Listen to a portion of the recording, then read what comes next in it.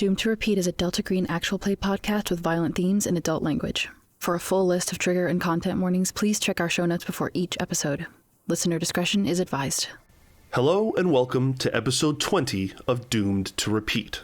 I'm Sergio, your handler. I'm Aaron A. Pabst, and I'm Agent Samael. I'm Allegra, I'm Agent Tuck. I'm Amanda Dominic, and I am Agent Boomer. I'm Caleb, and I'll be playing Agent Merritt. I'm Eli, and I'll be playing Agent Hyde. I'm Zakia, and I'll be playing Agent Warp. In this, the penultimate episode for this arc, I'd like to take the time to thank each and every one of our patrons who have helped us grow.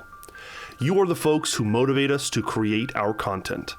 We're humbled by your love and support, and we hope more listeners will consider joining us. If you're interested in joining the party, head to patreon.com/MaydayRP, where a $2 pledge gets you access to our Discord server.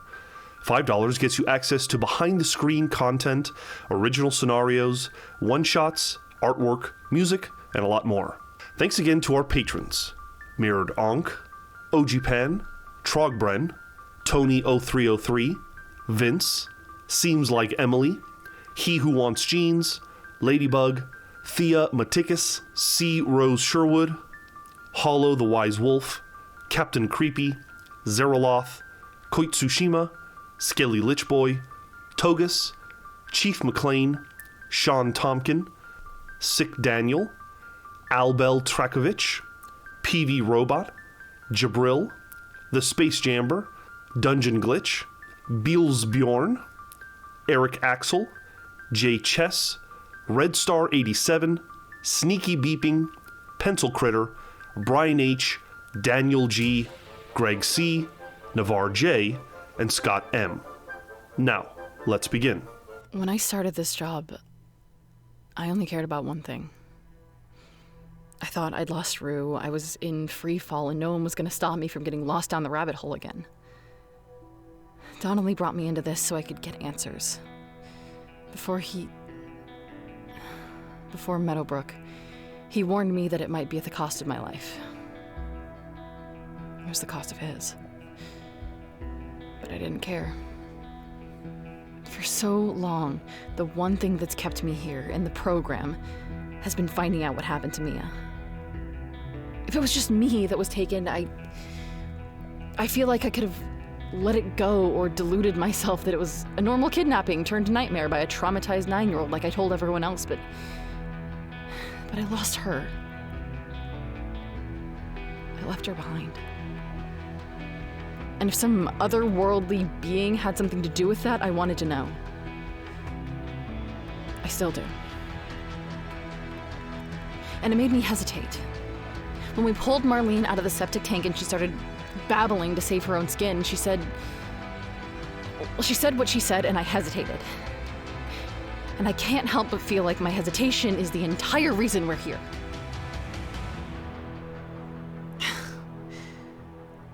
I'm not sure when I started caring about these idiots.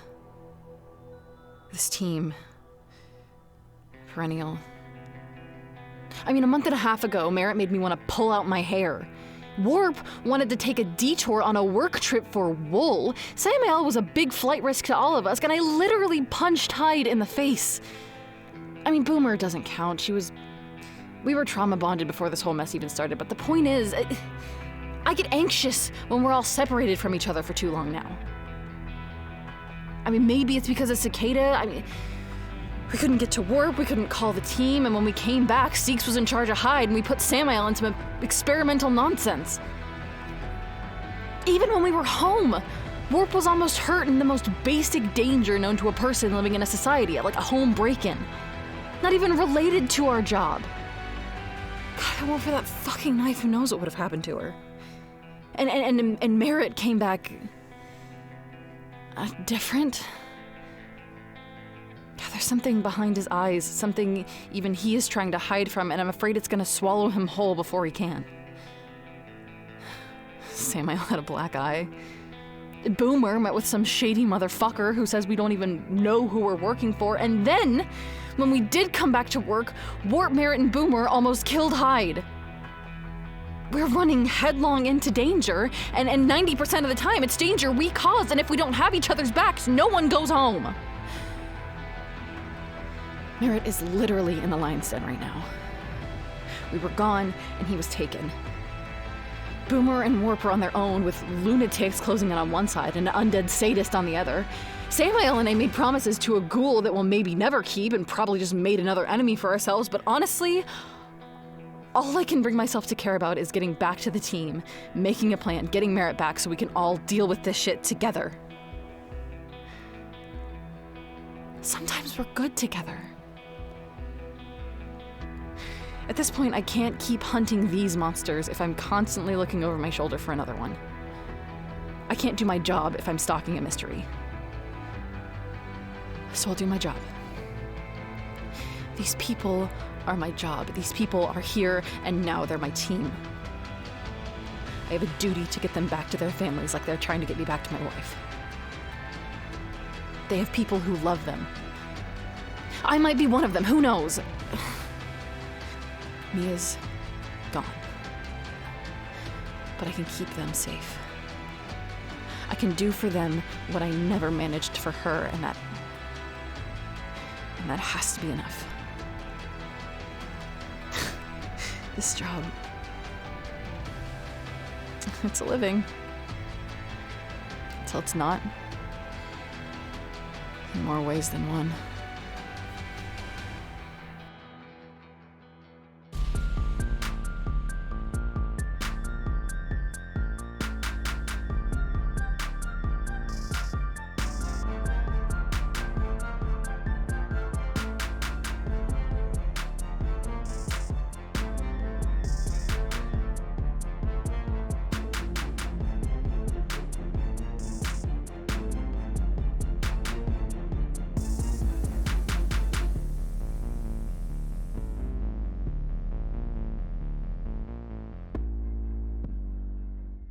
It's Wednesday, June 3rd at around 5 p.m. Agents Warp and Boomer. In a few hours, Detective Emille Browne is going to be visiting Lifestyle's hot tubs, and he's going to expect to see Agent Merritt. But unfortunately, the individuals of Phenomen-X have complicated that plan. What are you guys doing right now? I'm gonna head straight over towards that, the hot tub, because I know we got in the car. And I'm gonna go ahead and try to pull out my phone and, Zach, do we need anyone to call? I'm trying to think of who we need to call next. We don't need to call anyone. If there's any way, we don't have the terrorist's phone number. So I think that's it. I have no idea how to get this guy on our side without probably blowing his mind with all the supernatural shit. Do you have any ideas? I see. Well... Because I got a plan, but it's not like a Tuck plan or a Merritt plan. It is a Boomer plan, and that involves me and my personality.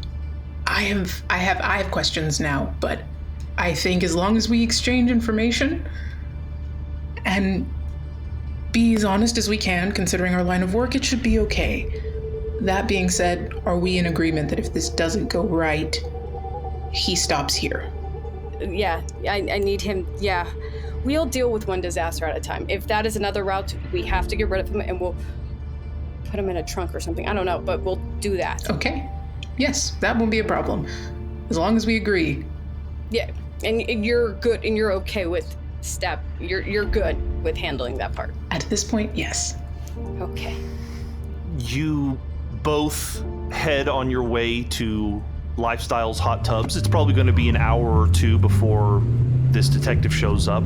And on the drive there, you each recall a time when murdering someone wasn't so easy to just say and do.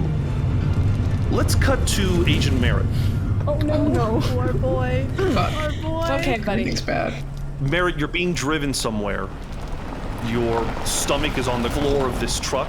Eventually, the car stops. The door opens, and you are pulled out by the same folks that put you in. You have only a few moments to take in the surroundings.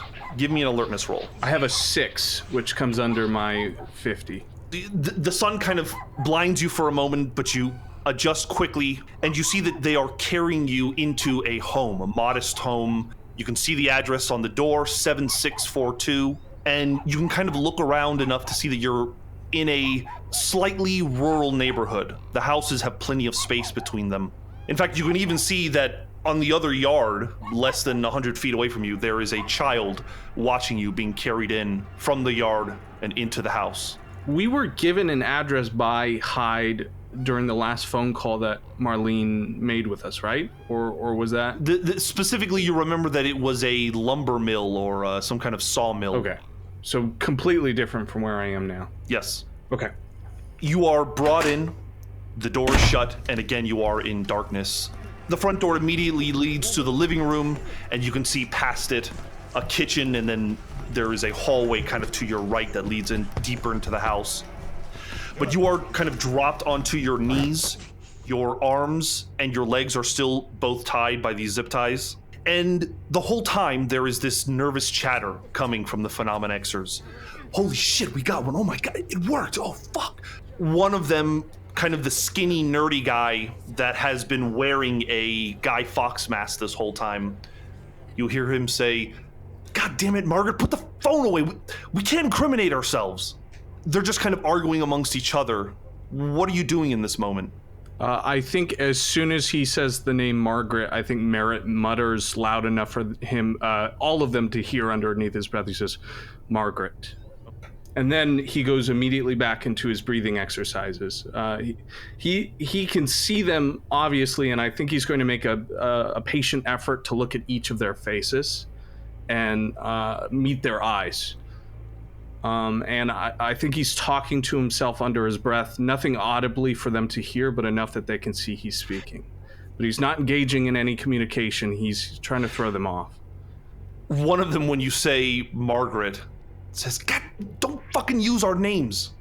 And then you hear the voice of what used to be Erica Young say, "Leave the camera on."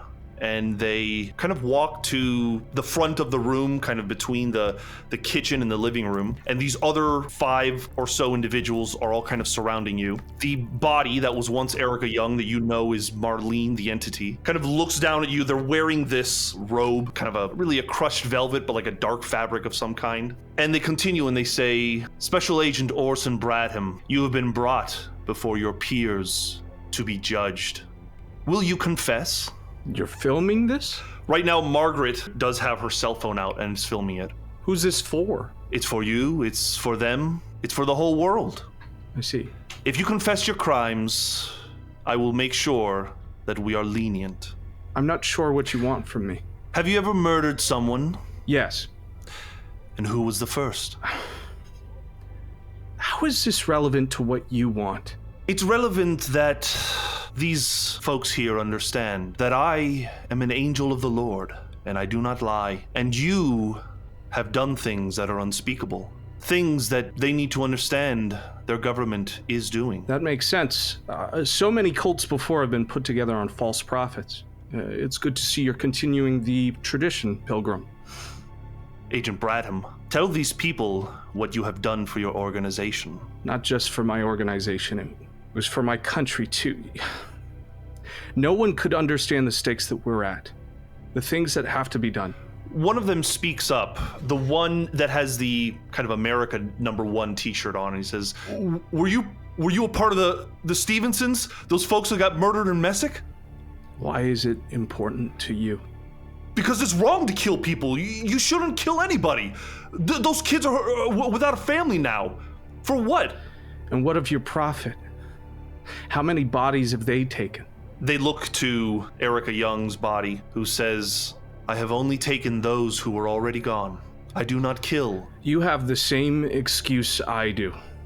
You have the same excuse that anyone does for what they do, and that's for you, it was all right. So what would me admitting to anything serve you? I did these things because I thought that I was doing the right thing. So you confess? Yes. Oh, I'm like, what the fuck? I knew it. Fuck. You know, there's this commentary from the peanut gallery around you. Marlene takes a step forward and says, what would everyone have of this man? What would you do? And they each, one at a time, you kill somebody, you die. You gotta kill, eye for an eye. And one at a time, they kind of make a comment. One of them, the skinny guy who was wearing the Guy Fawkes mask, has been not as active as the other Phenomen-Xers. they ask him to speak up, and he's just hesitant. He's like, this is weird. I agree. Why are we talking about this? We need to be talking about how to avoid being gotten by the cops. Like, are they going to figure out where Margaret lives and shit? You know why I did this? And I'm looking directly at him. Do you understand why she's asking me these questions? He shakes his head no. She's trying to get you to understand that I'm the enemy. That I'm the reason you're here. But you need to understand this. Everyone that I took for this program, everyone that I had to take away, I would do it again and again if it meant that I could stop whatever this is, because you think that she is a person. You think that it is something you can talk to, that you can worship, that you could change, but you can't. And the people that got in their way, they died. Not because of me, because of them. And they will continue to die just like you. And if you kill me, they'll kill you. It's a never-ending cycle, but it has to happen. People like us have to step up. You want to know who I killed first? I killed my best friend first. Because that's how you get in, because they need to know that you can do it, that you can stop people like her. And if you can't, this is what she does to you, what she's doing to you now. They're taken aback by this. They are speechless for a moment. One of them speaks up and says, "We didn't ask you to do this. We didn't ask you to do any of this. This is murder. This isn't what we thought our government is supposed to do to its own citizens." If you think this is what the government is okay with doing to stop her, then I need you to ask yourself a question before she silences me and everyone else who can help you. What does that mean about how dangerous that thing is? They've promised us things. They know things about us that no one would know. Are you going to help us or not? And they look at Marlene, and she says, "This man, he and his intentions are only to destroy. And I want to help you. But the only way that I can help you is if I can get that blade." Orson, convince your other agents to give me the blade, and I will let you live. They will let you live. Do you think you could do that? If you think that I'm about to do anything for you, then you picked the wrong agent.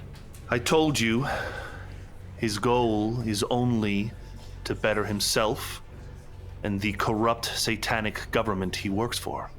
Margaret, yes? You have a septic tank out back, don't you? Yes, I do. If you all want what you want, then I need the blade. And I don't think that this man is going to do anything unless we make him contemplate his actions. You don't have to do this. I have a dog. I have a brother. I have a father. He works in the FBI. My brother is incarcerated currently, but I call him every week. I have a girlfriend, a longtime girlfriend, who used to be my partner's wife. I love the people I work with. I love my job. I take out the trash every other day. You don't have to do this. We can do something else. He's a murderer with a family. Every option they give you, you can say no. You can be better. You can be better than anyone that came before. You can do the right thing. My name is Orson Bradham. You know my name. I have a dog. I have a brother. I have a mother. We don't talk anymore, but I miss her every day. Please don't. I'm going to ask that you make a persuasion check. Fuck. And it will be against her persuasion check. Okay. I have a 15. Holy shit. That is a success over her 10. Oh my god!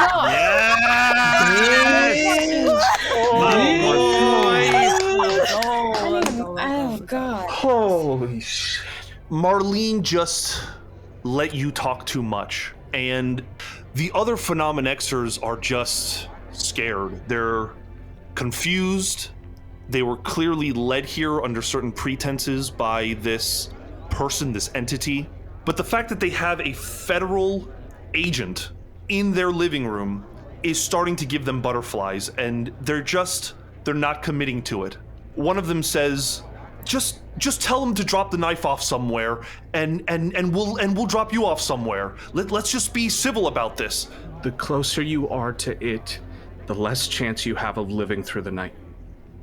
I have been honest with you this far. I did not have to tell you the things that I did in front of a camera, in front of all of this, unless it was this serious. If you stay close to this being, if you continue doing what you're doing, you will not live. Marlene takes the camera phone from Margaret. Says, give me that. If you turn this man in now, he is going to turn you all in. You are all going to jail. You cannot turn around now. If you want what you truly want, you have to stick to your guns. It's killed everyone to get here. It's climbed into bodies. It may have told you it was Lazarus. It's not. It's the closest thing to a demon we have. And there is a reason I do what I do. You have to help me. I think it's time to cut away from you for a moment. Oh my God. Jesus. Is it? Agent Tuck, Samael, Hyde, you have jumped on the Challenger 605 and you are heading back as fast as you can back to Michigan. You know that you are going to land at 9 p.m. and while you are flying, Agent Hyde, you hear a knock on the pilot's door. Come in. I'm gonna try to tuck my hurt arm underneath this wheel as much as possible. Agent Mallory walks in. Oh, fuck. And she sits down. I just realized it was probably best you didn't speak to Nancy. They have a similar issue than you. I don't know, maybe you should have spoken to her. I don't eat people's brains, Mallory. No, you don't. But what I'm trying to get at is, I know that you're still in the beginning stages of kind of understanding what's going on with you, but you don't have to struggle alone. I was diagnosed with cancer a year ago. I went on a mission, and it did something to me. But the program helped me. We can get you the psychological treatment you need. You just have to ask for it. I think cancer's a little bit different than my situation, don't you think? Not necessarily. I mean, there's good people out there, people who know how to treat issues of the mind. And the program is going to take the time. Believe it or not, it would be against our interests to just get rid of every agent with a problem. You'd be surprised how many people with legitimate psychological issues are high up. Mallory, I fly planes for you. I commute assets from one place to another place. I am just a pilot. I have no intrinsic value to this program outside of what I can do, and if I can't do that, I'm not worth a damn, and I know what that means. You will take the help? I'll think about it, I guess. I don't know. You're not just a pilot, Hyde. You're our pilot. You're Perennial's pilot. That's really up to Perennial. Don't. Warp can't even look me in the eye right now. What is there? I don't know. Is there anything else? I'm just offering you help. I'll go. One more thing, Mallory. Why didn't you tell Oaks? Why didn't I tell Oaks about you? Yeah. Why didn't you say something? You had an opportunity to tell the director of security that one of your security is compromised and you chose not to. I want to know why you would do something like that. I would hope the fact that I'm sitting here trying to have an honest discussion with you would lead you to the fact that I care about you. You're part of a team that I put together that's my baby. And like I said, I'm trying to prove a point. You don't. Why do you care about me, man? I've never met you. The only thing the program ever gave me was just more questions that I can never get answers for. And I don't know what you want from me. I did the cushy ass job and you plucked me away from that and put me here with these people that I've had to try my damnedest to look after, when all I wanted to do was just finish out what the program asked of me and move on with my life so that my family could move on with their life. The truth is we don't always get the jobs we want. You were recommended by Thornbill. I just want what's best for you. And if you're saying you're not cut out for the job, Hyde, you just have to say it. I'm not gonna say anything back to her. She'll get up and leave. And she'll come out to the cabin area with everyone else. Sam and Tuck, she's gonna sit down and mention that she tried to give Hyde some advice for help. Well, that was your first mistake. They're not very keen on accepting help, I've noticed. Well, Sam, I realize I haven't actually spoken to you since the experiment in New York. How are you holding up? I'm fine. I'm more worried about everybody else. That experiment in New York, Tuck, that scientist, Halo, did you interact with her? Yes. I spoke to her. Anything suspicious? She doesn't know me.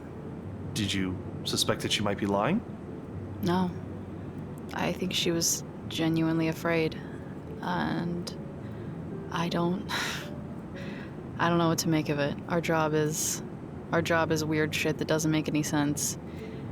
And sometimes you just have to take that it's weird shit that doesn't make any sense. The evidence doesn't back that up. You asked me to do a background check on her. Wait, you really did it? Yes, of course. I thought it was just gonna be some, brushing. Please tell me. Tuck, my interest is in maintaining operational security. A trusted agent comes to me and tells me that this stranger is potentially a vector. I have to look into it. What's weird is her background check is fine. I mean, she's existed. She's a real person. But what's strange is that in the past 4 years, there's no real paper trail of her. No receipts, no expenses, nothing that ties her to a home or to a life. No media presence, social media presence. But then, 4 years after Meadowbrook, she shows up one day in an application for March. I asked around. Turns out the organization had already tried to scout her before Meadowbrook, so they took her in without question. Wait, when did the file say Meadowbrook happened? Meadowbrook occurred in 2017, didn't it? Yeah, okay, you said 4 years and my brain zipped for a second. Sorry, yes, that's right. I'm including the 2017 in that, yeah. So, wait, she sought out March Industries, not the other way around. So apparently this Dr. Hooks was a cult specialist, an anthropologist of some kind. She had told a recruiter from March that she had successfully summoned an angel, and that was what had caused the burns on her body. They were interested in her knowledge, but Meadowbrook happened and she disappeared. The point of all of this is I'm not convinced that she isn't just Dr. Hooks. I'm wondering if there's some way that maybe when all of this blows over, we could look into her more, investigate her. Yeah, we can do that. Why are you saying it like that, Samael? She would like, I think, for me to take her out. Oh. This is good, actually. This is exactly the kind of inn we need. There are also potential connections between Halo and Hooks, Halo, whatever you want to call her, and the Lord of Thought that came up in the 1984 case we put on the server as well. We'll need to cross-reference that. We need to understand who we're working with. She's either an agent of someone or a cultist, maybe. But if I take your word, Tuck, there's something else that happened to her. She literally disappeared in front of you. Yeah. She signed the book, the book that they all talked about in '84, and I don't... Samael, do you remember if in '84 people disappeared when they signed the book? Or did they just stick around? I can't remember. It wasn't clear. Okay. I didn't think so. Nothing good happened to him. Well, no, that's for sure. Great. A literal date with the devil. Fantastic. This can't be the first time for you. You know, I'll get back to you on that. We'll watch your back. What happens? You know, getting back to the issue at hand, has anyone heard from Merritt or Warp or Boomer? Oh, Did we not tell you? it appears that Merritt has been captured. Oh, shit. I don't really know what to say. Things just keep getting worse. Yeah. That's about how we feel. Now, Mallory, you understand we're not capturing this thing. You understand. I need you to understand that. I can look the other way, but I have my orders, Samael. You have your orders. Believe me, if I thought there was a way to capture it, I would be happy to follow that order. I just don't see how it's possible. There's nothing to gain from putting ourselves in more danger to keep this thing alive for what? For the government to sell it to tech company? What? But it wouldn't be sold. Its functional use would be in espionage, in helping our side. I mean, imagine putting the enemy in a room with that thing. It'd know everything they know. And we wouldn't have to torture anyone for that information. No more feeding people to Nancy. Assuming you can control it. If we can't control it, then we'll put it in a hole somewhere. That's... You've put an incredibly powerful thing in a hole already, and they've tried to take it away. The more powerful things you put in holes, the more holes there are to sink the shit. I know how to kill the thing, and as far as I know, there's no way to... What am I gonna do? We round it up, we put it in a cage, then what? It just jumps into a different body? How do you contain something like that? There's no way that can be controlled. I tried, I looked into it, the facts told me it's not doable. I'm not gonna give it a try. I don't understand why it needs to be more complicated than that, frankly. I'm not gonna argue with you, Samael. You do what you need to do. And I'll just try to do as much damage control as I can. Listen, if I come up with... If there is another way, I'll find it. But I don't believe that there is. I have a feeling you're right. Just slightly less serious question. We don't happen to have any kind of SWAT team that we should know about? No, we don't have a SWAT team. I didn't think so. What about Oaks? Tuck, this is our problem. It's not Oak's problem. This is security, isn't it? She's head of security. At the end of the day, if we can't conceal this, if we can't put this all away, they're gonna just put us away. This isn't their problem to solve, this is ours. This entire organization is their problem. Second of all, you have 3 security agents who are all injured. All of us. All of us who know how to fight, all of us who know how to use a gun, are hurt. And if you want to keep this thing either contained or dead, you're gonna need people who can fight and who can kill. And you have 3 very smart nerds and maybe an agent and a half in total. I'm fully aware of the severity of the issue, of the situation, Tuck. If you guys need time to get better, then figure out how to keep this knife from this thing. I mean, you just have to run out the clock, basically. We have to, so you're saying, we would have to make it 3 days. The lunar eclipse is on the 5th. That's when she's trying to do the ritual, right? I understand that. She's not gonna keep Merritt alive for 3 days. She's not gonna keep the town in a working order for 3 days. If she doesn't get what she wants, she's gonna tear that town apart. Well, I'm glad you understand the situation, Tuck. This needs to be dealt with immediately. I understand that. You need to take the initiative and figure out how to stop this thing. We can't do that when we have 3 agents who can barely shoot. Welcome to being a part of the program. Fuck the program, my God. And Tuck's gonna get up and like storm toward the front. Well, can I at least have a gun? We can land the plane, or we can stay flying if there's anything else that needs to be done. After that calms down, the only other thing I would like to do is pull Tuck aside. I don't care if Mallory hears, and just say, listen, I don't think that I can. This ritual, I don't think I can. I don't think I can finish it on my own. You don't have to. There's 5 other people here. Yeah, and I need as many people. As many people as possible should know how to do the ritual, because I might not make it through the whole thing. I might not even make it to the start.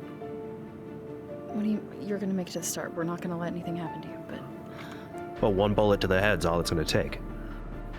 I mean, I'm not far behind you, to be fair. So, write it down. Write down what you know. I don't think it works that way.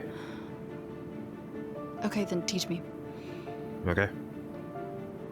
And I'll start going through the process of teaching Tuck how to do it. It's going to cost you, and I think you do have enough time. Does it help that I was there when he was learning it from Gene Qualls? It does. It absolutely does. It costs a D8 to learn insanity to learn the spell. Oh boy. So if you are going to commit to memory how to perform this, you'll need to roll a D8, and that is how much sanity you are going to lose right now. Oh boy. Oh boy, boy, boy, boy, boy. And I'll be here with the psychotherapy if you screw up. I only lost one. Yes. Save it for later. Yeah, we're using all our luck in the first half here. You can project it if you want. I'm not risking that willpower right now. No, no, no. He teaches it to you, specifically kind of the chanting and the body motions, the hand gestures that need to be done. One person is going to activate the ritual, so either you or Sam. However, if Sam does not have at least 5 willpower, he will not be able to complete the ritual, which is where you will come in, or anyone can come in, where you would have to sacrifice 1 power, so you would reduce your power score by 1, and you would give him the willpower needed to complete it. Okay, I thought you said that we could share willpower, that not interrupting, the entity has to be within 30 feet, no interruptions, and it costs 5 willpower, which can be shared, as well as a D8 of sanity, or a D6 of sanity. It costs 5 willpower, and the sharing portion is what I'm explaining now, is that you have to share its 1 power as opposed to willpower. Oh. Yeah, it's a little bit of a sacrifice there. I understand now. Yeah, that sucks ass. The good news is that 1 power equals 10 willpower, so you would be giving him enough and then some to complete the ritual. Samael doesn't even have to expend any willpower in that case. That's the good news, huh? Right. Which I don't see a scenario where I get above 5 willpower between now and then. I mean, if we want me to kick it off. Either way, we can figure that out later. Okay. I think because I have power to burn and I have 10 willpower right now, so I can eat all that and be okay. Okay. Ish. Let's make that a field decision. Yeah. We will cut to Warp and Boomer. You guys have had some time to wait and to plan out what you're going to say to this person. It's 8 p.m. now. And are you inside the store or are you in the car? Where are you?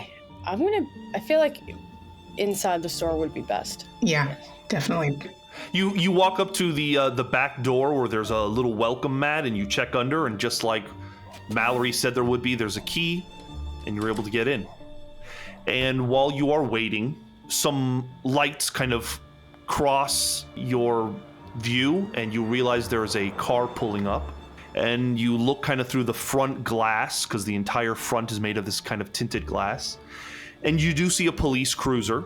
Stepping out is Detective Emille Browne, and you can see that there is one police officer in the car with him, and he says something to that police officer, and then he starts walking by himself towards the front of the store. I'm gonna look to Warp and I'm gonna be like, you ready? No, but we don't have a choice. Good. Oh, my love. Treasure. That's exactly what I needed. I'll be like, yeah. Yep. Okay. All right. You're welcome.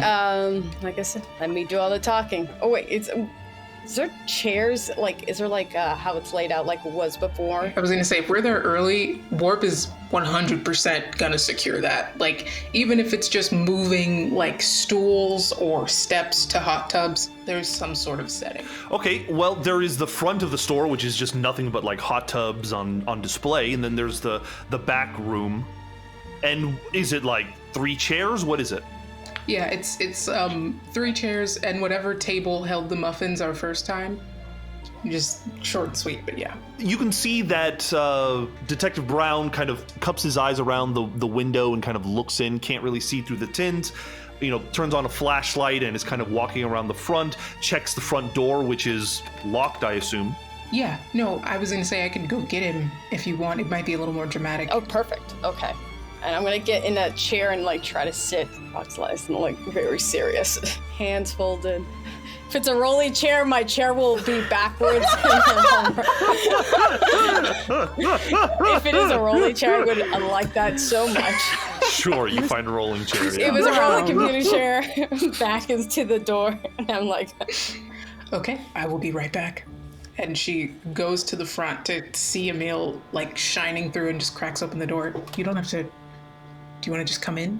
Hi, I'm with... I remember you. You were with Special Agent Bradham and Moore. Where's Agent Bradham? He told me he was going to meet here alone. And you can see that he has his revolver out. There's been some recent developments that we would love to update you on, but I can show you them now. He looks back to his patrol car and gives a nod and kind of turns around and says, all right, show me in. Incredible. Follow me. And walks him through. What did you say your name was? You can call me Warp. It's a pretty unique name. It's a unique job. What is it exactly that you do? Research. I find things for people, help people find things. You lead him to the back, and he stops when he sees the kind of open room and that he can tell there's another person in here sitting in the chair turned away from him. Boomer's gonna quickly do... I'm not even that religious. She's gonna do the sign of the cross and then go ahead and rotate over and be like, Mr. Browne. First of all, it's Detective Browne, and do we really need to do the theatrics? Detective Browne, take a seat. No, I'm not taking any seat. Where's Agent Orson? I am going to reach into my pocket. I am not pulling a weapon, but I can show you exactly where he is, but I need my phone. Are you okay with that? Slowly, pull it out slowly, and he starts to raise his weapon. And then I'm gonna slowly lift the jack and lid, go into the phone. It is a phone, as you can see. That is a phone. So I'm going to put my passcode, and then I will bring up the video, and I'll be like, this is where he is. And I'm gonna hand the phone over to play the video. Miss Warp, could you grab the camera for me? Sure. And just holds it and rotates it back to Emille. Would you like me to press play? I'm gonna press play. What am I looking at here? And he kind of looks at it. You are actually looking at our security agent. That is Agent Merritt. And he, right there, as you see him being dragged out of that subway, is being held hostage against his will by a cult. Whoa. This is Agent Bradham. So this is where I wanted you to have the seat, because we have a lot to get through, and frankly, I know you have a buddy out there. Is there a time limit that I need to be aware of before he calls more of his buddies? No, he will call more of his buddies if you pull anything on me. Okay, well, sit down.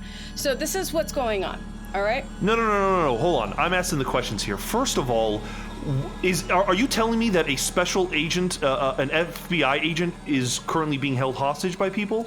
I am telling you that a current FBI agent is not only being held hostage, but he's also probably going to be used for a sacrifice to bring forth probably the end of the world by kind of a demonic bitch.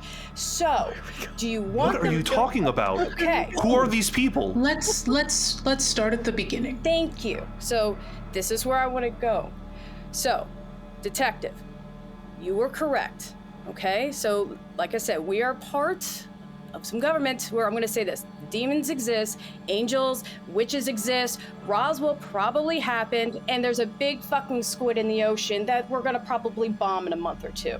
So here's the thing. Chupacabra, all that exists because what you were seeing in those security cameras, ready, is literally a walking, talking corpse starting a satanic cult. And before you think I'm fucking crazy to say this out loud, you're right, it is crazy to say this out loud, but if you look there, that is an FBI agent being held by a satanic cult. You are already leading in the right spot. He was actually trying to save you from us, because here's the thing, buddy. Once you're in, you're in. So, question, do you want to help me save the world, or do you want to just dick around and just see who has, like, a dick swinging contest? Warp's gonna press the stop play button on the video.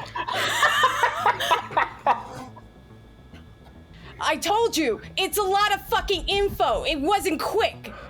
We'll also be here to answer any questions you may have. All right. Okay. Oh, by the way, that little video, like that thing, take a look at the creepy creature. That is the same walking, talking corpse that has been going around murking people. I just see some person in a robe. I can't really tell any features here. Let's see, what else can we show? Look, hold on, okay? Yes. Never mind whether I believe you or not. Okay. I have to deal with one thing at a time. The fact is that you two are currently suspects in my investigation. I pulled some bullets out of a wall in a apartment building here in Lansing, and it turns out it matches the same bullets that were found in Messick. And I have a sneaking suspicion one of you folks might have been involved. Maybe it was Agent Browne, but I do recall that several suspects mentioned Latino women being involved in Messick. That sounds slightly racist. Let's not go there, buddy. Okay. So, I understand. Okay, so again, Messick. Whether we were there or not, most likely could put 2 and 2. What I will say is, very quickly, did you check everywhere where you found those bullet holes? Did you check to see if there was, I don't know, markings in trees, septic tank that was open that, could have things inside? Did you not see did you not pay attention to your surroundings to realize that a lot of the freaky shit that's been going on, you've been keeping track of, and it's all been going back to this cult? These people, I haven't heard of these people before, but... I'm gonna also point to my phone to Warp. Look in there earlier. This is a group called Phenomen-X. I actually this is what I do. I went in and I got things from their phones, and you can see from their message boards and security footage, they have security footage of the hospital, and here's the thing, they paid off security at the hospital. And I'm gonna go ahead and show him the evidence that's also within my phone.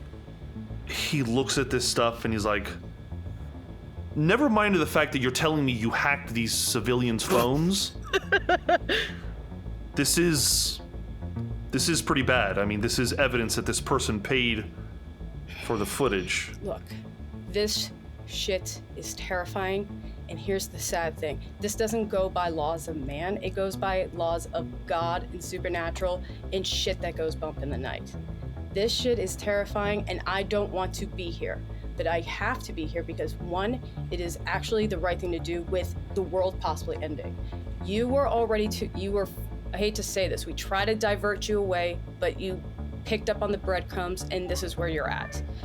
We have an agent that could be used to be murdered as a sacrifice for this very entity that has been killing people. Do you understand? So my question to you is, do you want to help us? Help us. Look, here is what I understand. I believe what I see, and I see some strange footage, and you're telling me that an FBI agent is currently being held hostage by some people. That's what I see. Whether I believe you is going to be dependent on the kind of evidence that I see, but all I know is an FBI agent should not be being held hostage by civilians, so that needs to be solved. Yes, I agree with you there. Awesome. I'm going to call in an APB. Ooh. We're going to make this as public as possible. Ooh. We're going to get Agent Browne back. A point of order. Emille, point of order. This actually, the reason why we're being so secretive about this is that it has to stay private as possible. At least certain matters of it has to stay as private as possible. The Phenomen-X people, sure, as public as you want to be, they're on the internet, right? At some point, they're consenting to being perceived. But, I mean, look, the fact that they grabbed a federal agent, that's grounds for acts of terrorism. I mean, look, these people are in hot shit. I'm not going to deny that to you. Exactly. We need your support on that front. Make it as public as you'd like. The way you can get my support, though, is that if I do this through the legitimate means. If these people are holding him hostage, we need to get a SWAT team out there to stop them. The reason why I think we want to be very transparent with you is I don't think your unit is prepared to deal psychologically with what is going to go down. Now, that's where I'm getting at. We need your help, but if you're gonna get other innocent men and women involved, understand this is more than life and death. It can deal with even souls and shit. So, we need to get our man out of there with the least amount of casualties, get in the crosshairs. All right, so what do you suppose that I do? What is your plan? We are gonna do you know where these people are? We have an address, and we're letting you know that other agents are coming in as well. If you're, like I said, it sounds like if you are with me in Warp here, then we can get you in, but we needed to keep it as minimum as possible. Other agents like Agent Moore? Yes. Look, I'm not in with anything other than with the law, okay? So if you're telling me... Guess what? If we're wrong, you're gonna probably arrest us. If not, you're gonna probably see some shit that you're gonna have a hard time explaining. I'm an officer of the law. I've seen some shit before, okay? I think I can handle it. Would you like a demonstration? Ooh. What are you talking about? Okay. And I take out the knife and I put it on the table as slow as I can, and I take 5 steps back and I say, try to apprehend me. I don't understand. Are you gonna try to grab the knife? No, I'll even step back farther away from it. Just try to apprehend me right now. And I'm also stepping back, arms up like, go, see? This is not a trick. He still has his weapon at the ready and he begins moving forward towards you. Warp doesn't move. He gets close to you. Mm-hmm. And he starts putting your hands behind your back, and the knife suddenly on the table flips in your direction. Did you see that? He lets you go and stumbles back and is like, how did you do that? I didn't do that. That is the nicest thing we've encountered in the past 2 months, and it's not a lie. We're talking about what we're trying to rescue Orson from, what we're trying to avoid with this naked woman that you've seen in the cameras. Way worse than that knife, and it's not something that we can be public about. Not only that, but the bitch is performative. If you're tired of these dramatics, any kind of show is going to just put him in more danger, and the people of Lansing. So we need to be discreet. He's going to first make a sanity check after witnessing that. Good. He does succeed. He does succeed, Yes. so he does not lose any sanity. Good. And when you succeed, it means that you are in denial. And he is... Oh, no. No. He sees something that he doesn't understand. And he says, look, I'm not into this voodoo shit. I don't know what you're talking about. I had my suspicions about the dead body, but this government conspiracy stuff, I just want to help you get Bradham back, okay? If nothing else, for my own investigation. I will stick my hand out in like a shake and be like, I can agree to that. Oh yes, I need my hands back. Thank you. I'm gonna bump your fists because it's the middle of COVID. Oh, fact. Sorry, my bad. And yeah. His plan is to go to the police and inform them. What do you want him to do if not that? We're gonna reconvene with our agents to come up with the best plan. And obviously you're with us on that. So if you'd like to, you can come with us, or we can reconvene, because I know you got your buddy in the car. And question, you're not wiretapped, so if he heard everything out there, we have to bring him involved, right? I'm not gonna tell you whether I'm wearing a wire or not. Well, that's gonna be bad, because the homeboy just heard shit about demons and stuff, but... Could I feel that he was wearing a wire? I don't know, how would you feel that he was wearing a wire? If he was, doing the hand apprehending thing? I think that would require your hands on him. Okay, cool.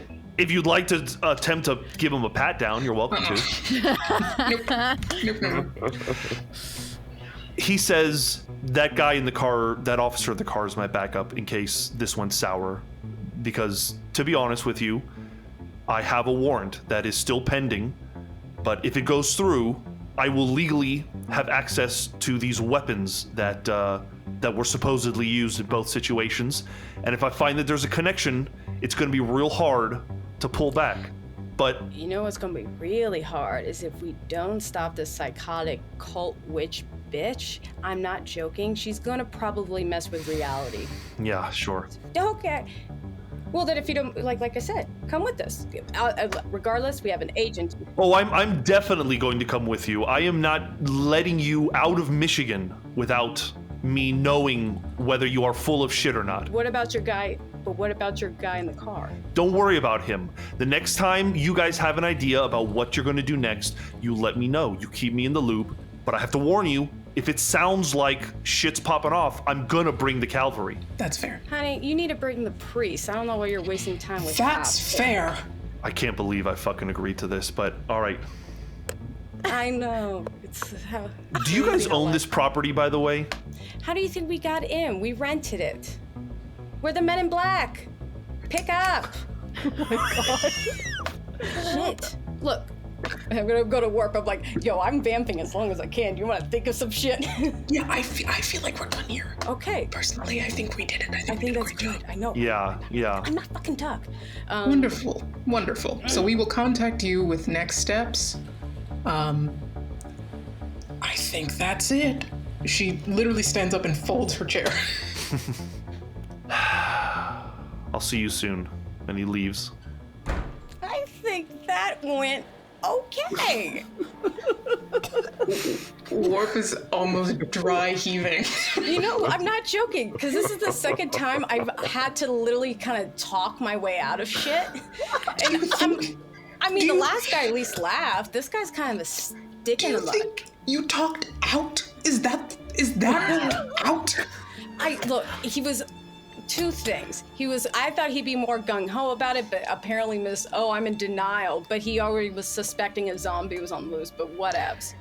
I said, let's start from the beginning. You said demons are real and there's a big squid in the ocean. We're gonna blow up. Because that is the beginning. Your gods we don't even know that. That's not our assignment. When is it, let's be for real. We don't know shit. We just deal.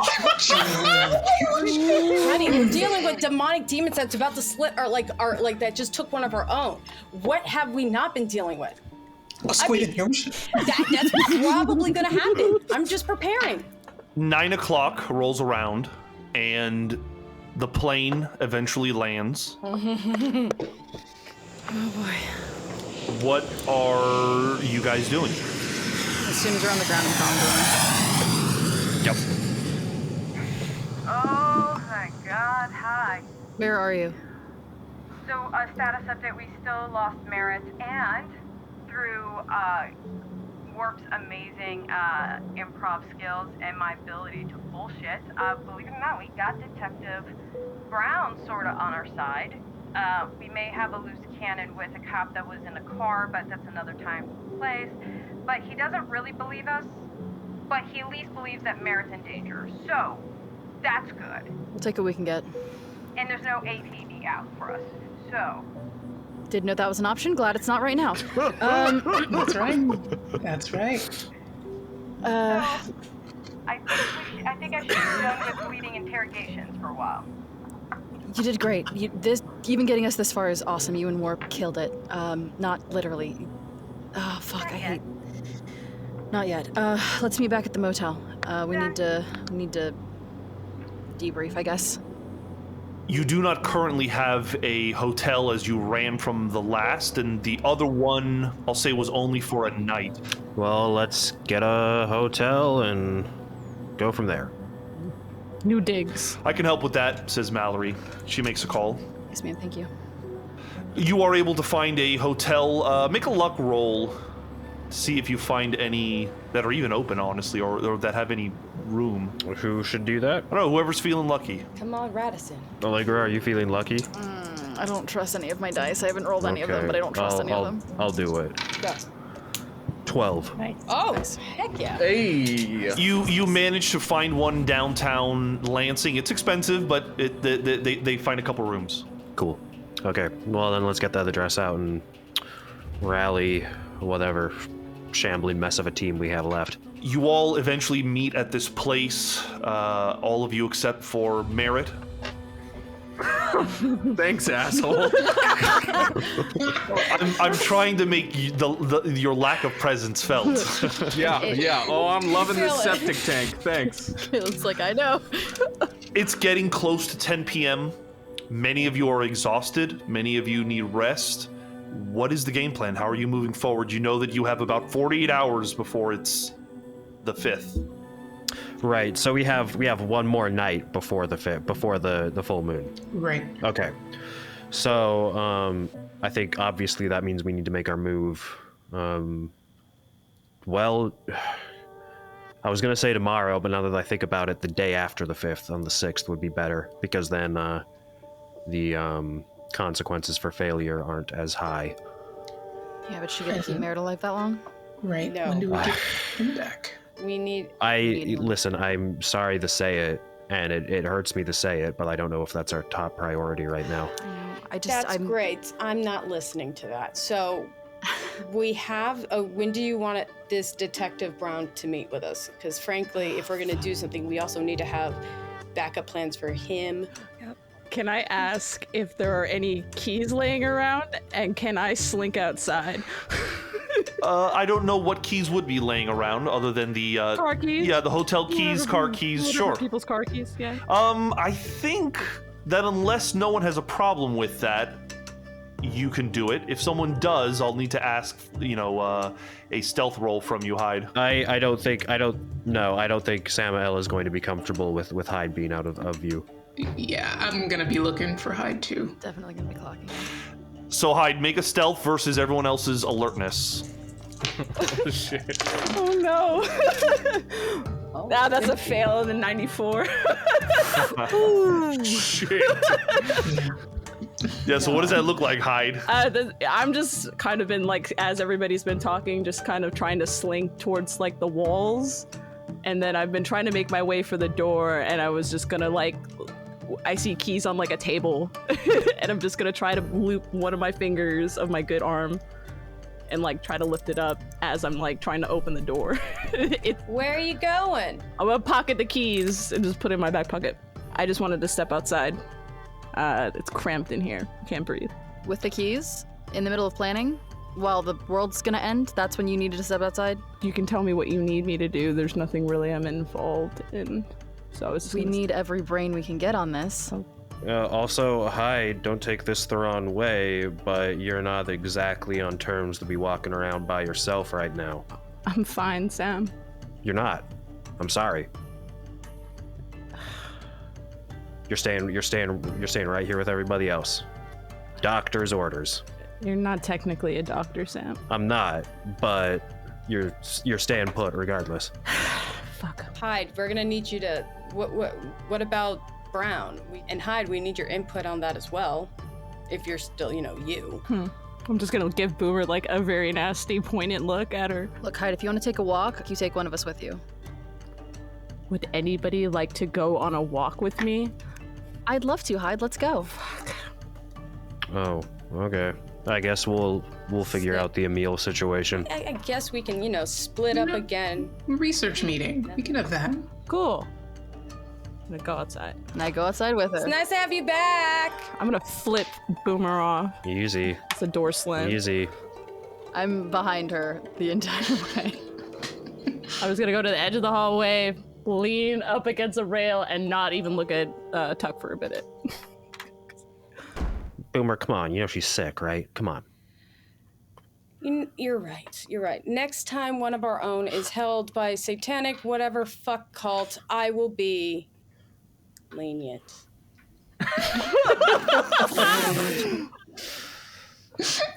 Well, thank you.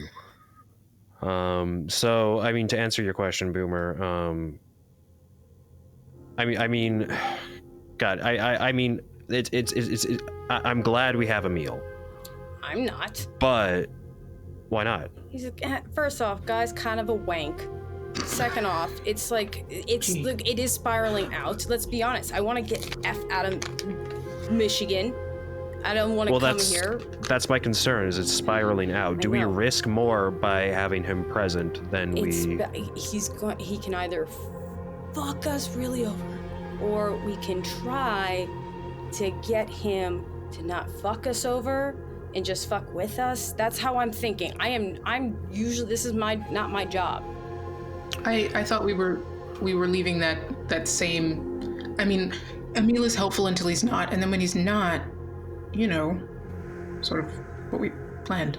Mm-hmm. So, I wasn't there. If you were to decide, what would you recommend that we do? Because we could call him over here right now and give him the whole... I would like to, but I don't know what Tuck and also Hyde's... Because I figure security would like to be involved in having, an operative come and help us. We should decide a plan first, and maybe have Tuck do the talking. People that know how to shoot guns like to talk to people that know how to shoot guns. That's something I've observed. So... The question is are we comfortable having him come here where we're staying, or do we need to meet him at a third location? I mean, we could try the hot tub place again, but I think that's been used too many times. So...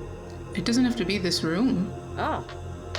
Maybe we can book a business room or something. Well, what I'm getting at is if we tell him where we're staying, do we all get swept up and arrested?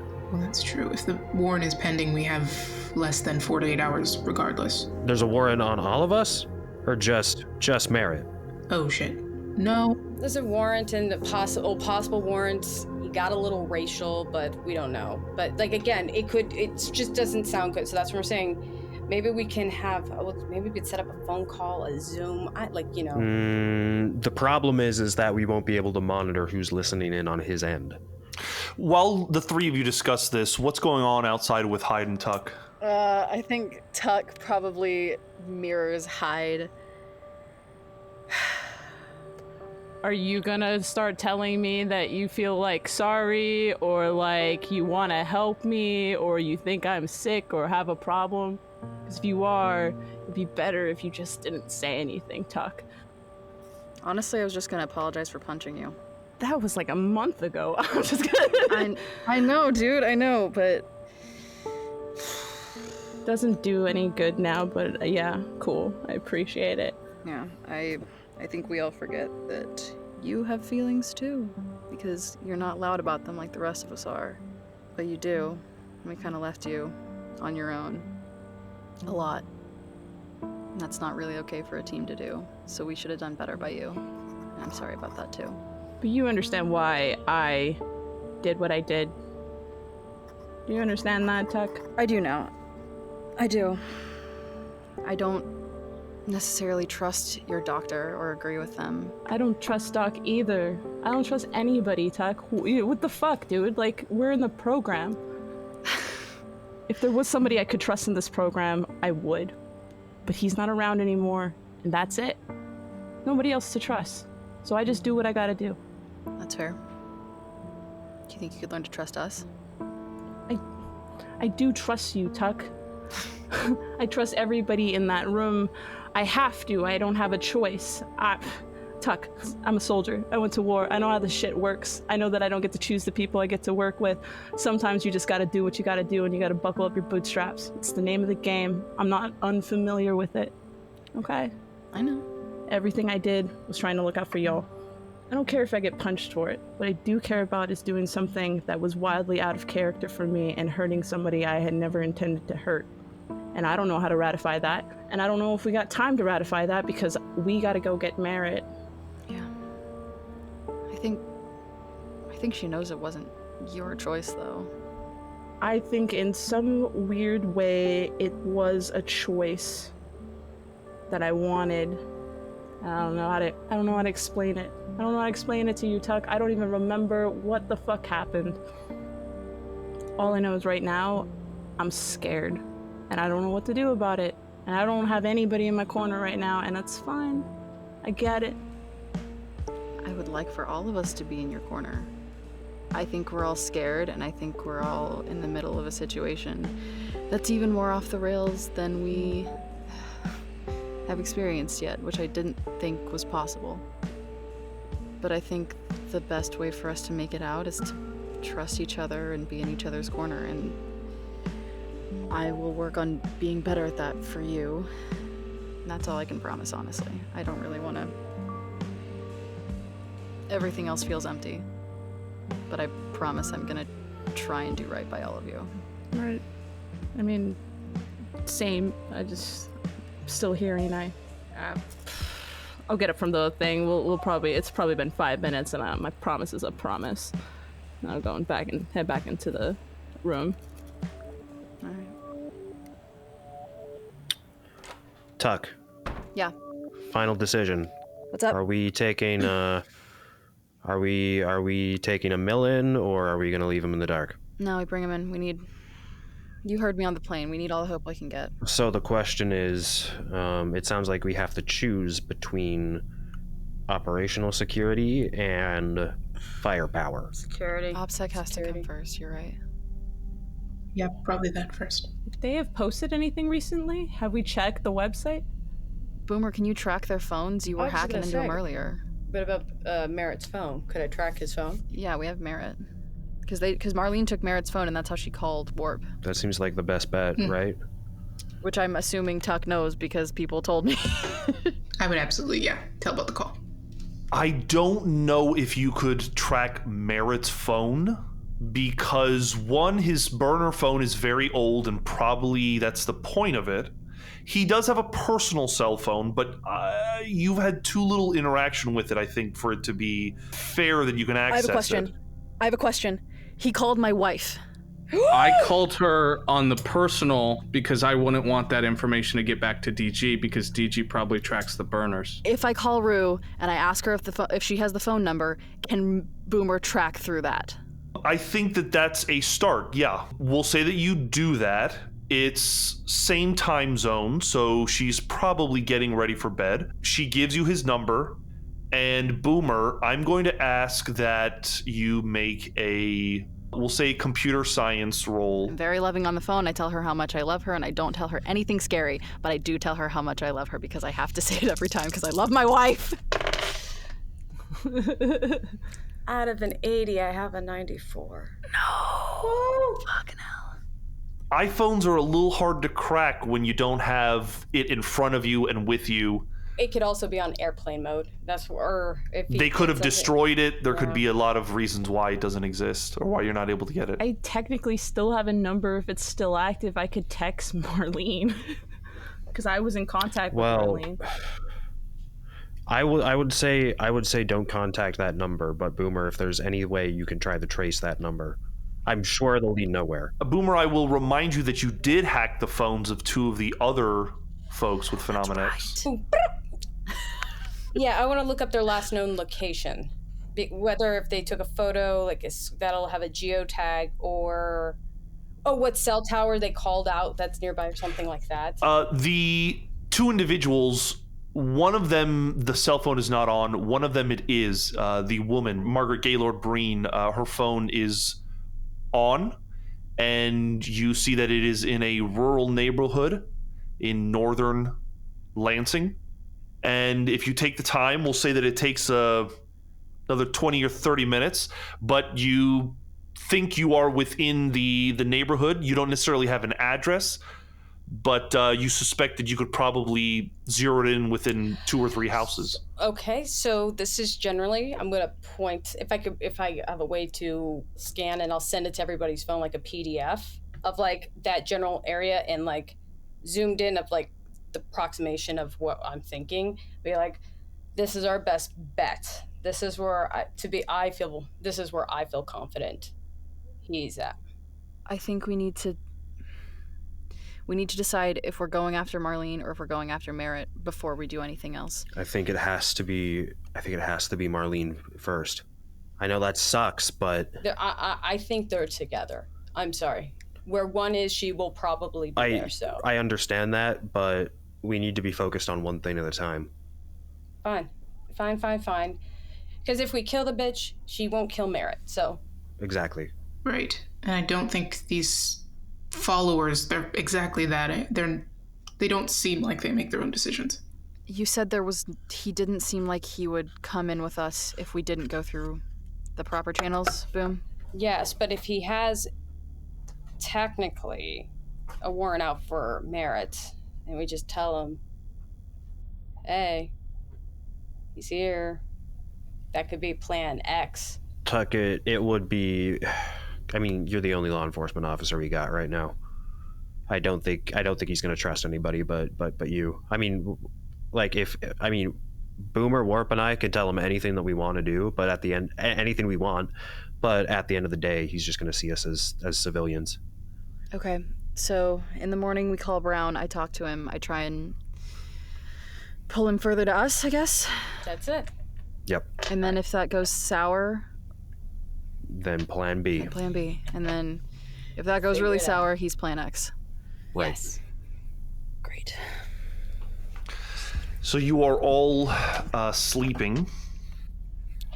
Oh, yeah. Sergio, before I go to bed, I would like to text my wife just to say, general good night text. I'm still alive. Hope you're doing well. Blah blah blah yada. XO.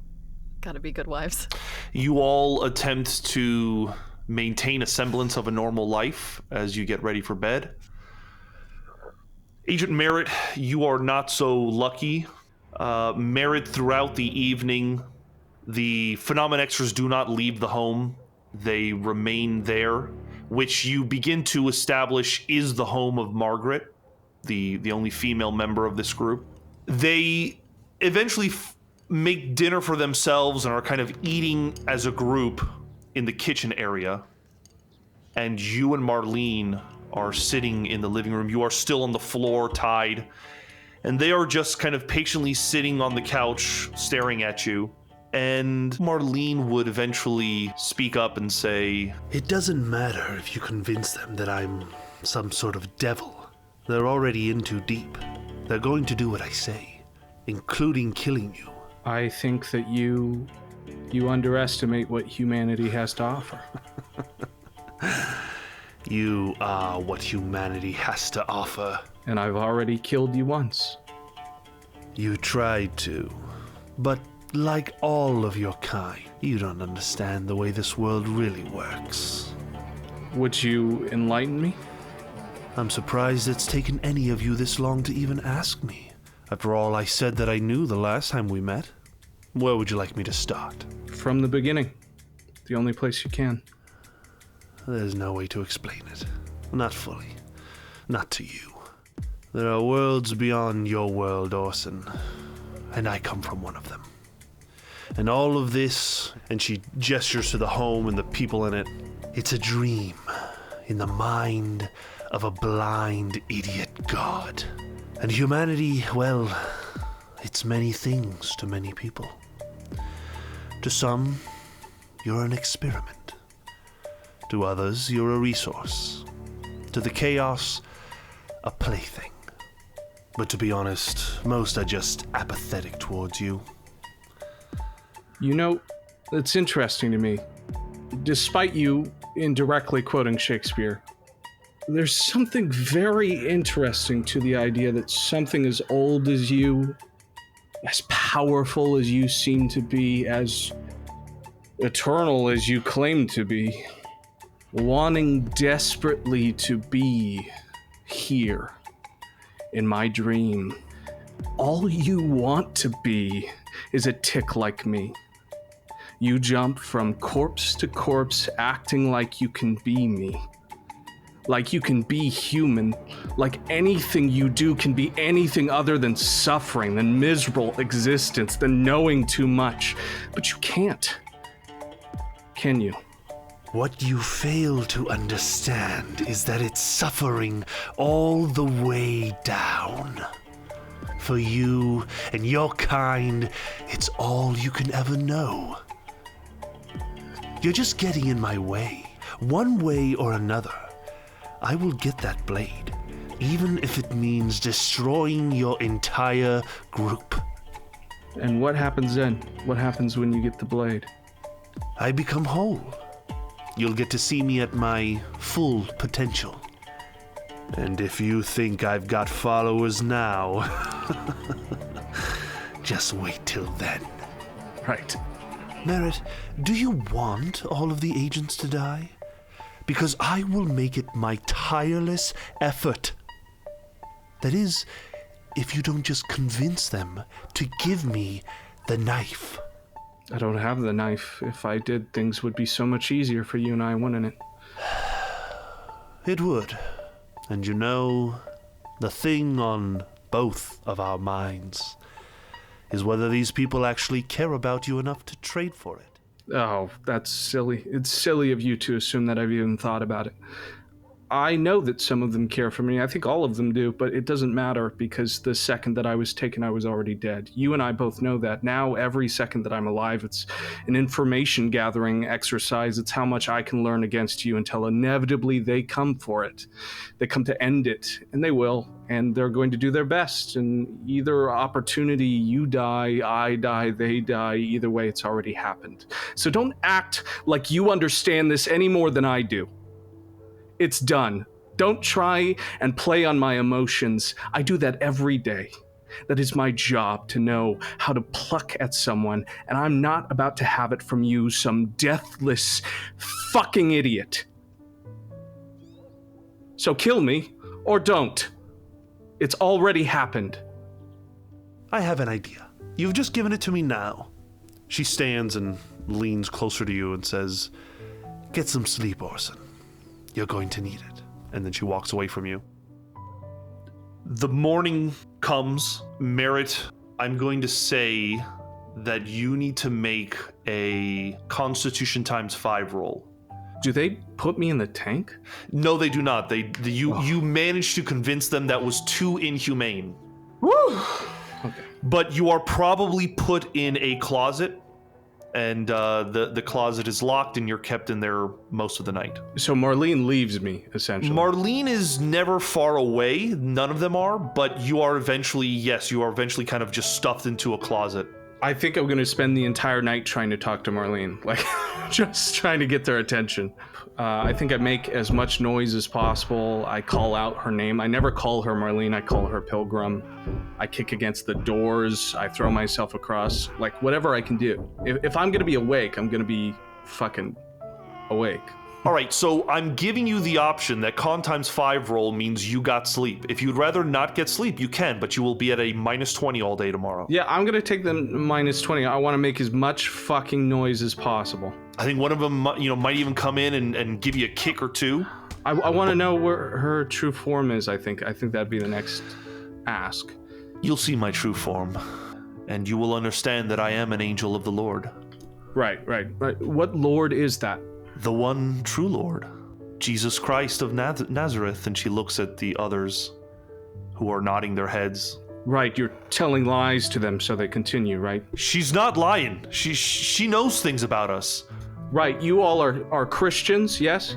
Goddamn right I am. Okay, all right. And you believe that Jesus would come back in this form? She didn't say she was Jesus. She said she was an angel. An angel, right. What are your depictions of angels in books? Does it look like this woman? They look human sometimes. Yeah, sometimes, right. But why won't she show you her true form without the knife? Because she said you're the ones that are trapped her in this body. She can't get out. She needs to be her true form with the knife. Right. Is there any knife mentioned in the Bible?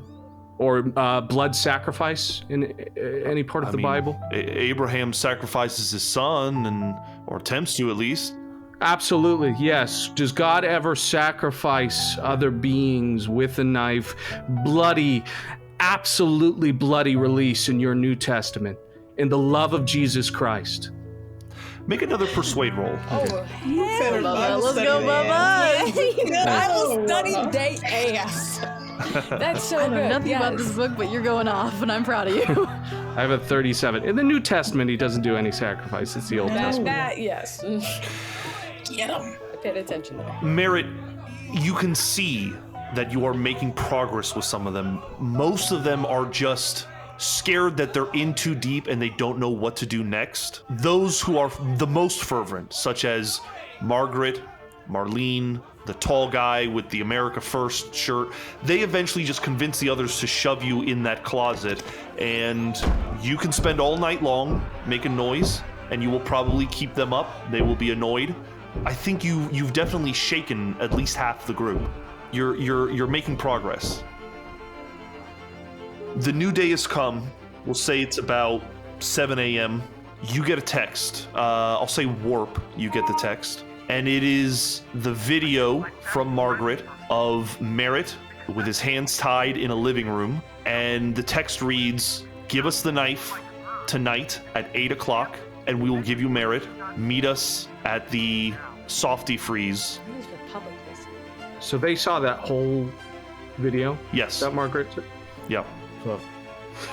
I'm going to specifically try to get that file because I want to see if there's a geotag that can really directly pinpoint. Yep.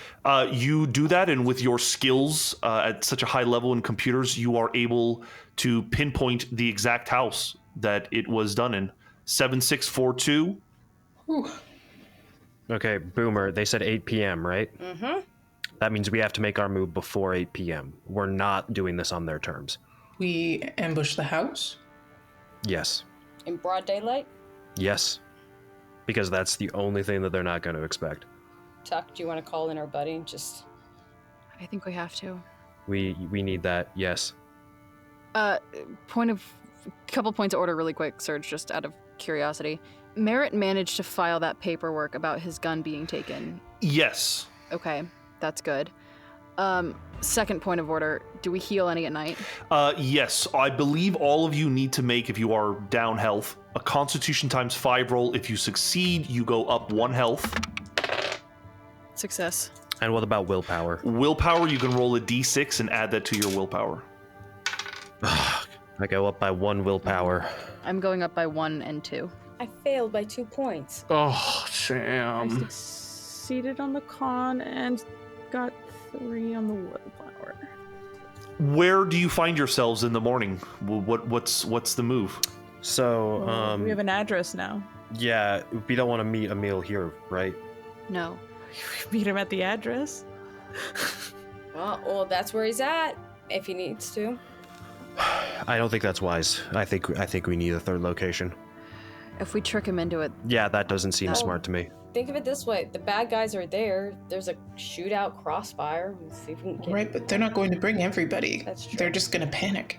Well, hold on. I mean, Boomer, is there any way you can tell about how many people might be in that house? If I had x-ray vision, yeah, no, but like I can, if there's security cameras within, if the house has like, I don't know, at least a security camera inside or a pet cam, I could possibly, but like I would have to probably get closer just to see what router's there so I can link in that way. I don't hate this idea of, honestly, of having Emille show up unaware. But the biggest problem would be Marlene. If we can draw Marlene away for a moment. The only thing she's gonna leave him for is the knife. If we're gonna infiltrate this house, we either gotta remove the cult from the equation or we gotta remove Marlene from the equation because we can't handle both at the same time. We need to handle one of them. We can just make a condition that I won't give the knife to anyone but Marlene, because then she'll meet us at whatever it's called. Tasty Freeze or whatever. But why would she not bring the goons with her? I mean, Well, she it doesn't matter. Oh, I'm sorry. I'm not. No, no. Yes, you're in the tank. She might, but she won't. She might not bring everybody. If she does, then But we're trying to do this before 8 o'clock, so we need to get rid of them before 8 o'clock so that we can knock down doors and get Merritt and maybe take care of business at the same time. But wait, if we separate Marlene from the house, then the police can really come in. So therefore, the police can go in and rescue. Yeah, if we can draw Marlene out, then we can infiltrate the cult and we can get at least Merritt back. If we're gonna do that, we're gonna have to be damn sure that we're getting Marlene isolated. I don't think she's going to isolate herself. Is the thing. And that's big my bet, concern. And Or we draw them out, or we draw those guys out, and then have the cops bag them away from the house, and we never mention the house at all. Either way, we gotta just separate the party. Yep. I think the first step is to talk to Emille, because he might be able to help us with that. I think something we have to also take into account is there's every chance Merritt's going to go to jail. And we either have to decide that we want him in jail alive, or we just want him dead. That's kind of where we're at right now. So if we want Merritt alive, but in jail, potentially, we call in Emille and we say, hey, we're doing this right now. Let's go. And he brings the cavalry. We get Merritt. I don't see a way out of this if we don't have if we don't have another gun. Okay. So we're potentially sending Merritt to jail. Are we all okay with that? It's better than him being dead. Okay, I agree. Remember, he's not in prison yet. He's just gonna probably end up in jail with police, and at least he'll be out of that area, and we can handle that. Or we don't tell Emille until he gets there, and then we at least got 20 minutes to try to handle this shit before the cops actually show up, and then we figure it out in 20 minutes. Time out really quickly. The warrant is still not out for him yet, right? So the warrant's not done yet. Make sure the timeline is it might be done now, but it wasn't done last night. All the more reason to have a conversation with him. Okay. So we talk. Let's talk we call him, we let him know the plan. Hyde, I know what you're saying, but I think that's going to shoot us in the foot more than it's going to help us. Okay. All right, so you call Emille and you want to meet with him? Yeah. Where do you want to meet? Fucking Starbucks again? Yeah, Starbucks parking lot. Okay. He meets with you, and do you all go? You all walk into the Starbucks? I think that's best. We all go?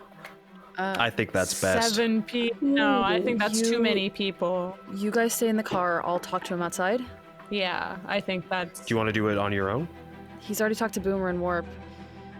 I think because Warp and Brown have that time together, I think Tuck and Warp can go and we just stay back. We'll be nearby in case, I don't know, you get snatched. Okay. But I'll keep a line open. I'll just call Boomer and put it in my pocket. Sounds like a plan. I'll just walk with you. Okay. Tuck, you meet up with Detective Browne, and the first thing he says to you is, you keep very strange company, Agent Moore. Well, as I understand it, my associates have told you a bit about our job, and sometimes strange company is the best. Yeah, they've told me some things, that's for sure. I assure you anything they've told you is true. I just wave. Look, the situation still stands that a special agent is apparently being held hostage. Yes. It's a little awkward with the fact that I also... We have a warrant pending to investigate him, but you explained to him the current situation, or let me ask you this: what do you explain to him? I think I say, Detective Browne, what are the odds I can get you to hold that warrant pending a little bit longer? Why would I do that? We may have evidence that may lead to an arrest for the case that you've been following, the Messick case, that doesn't involve my agent. Okay, you're telling me these people, do you know anything about them? Have you learned anything about these people? I can't do anything if I don't know where these people are. I know where they are. We have a location.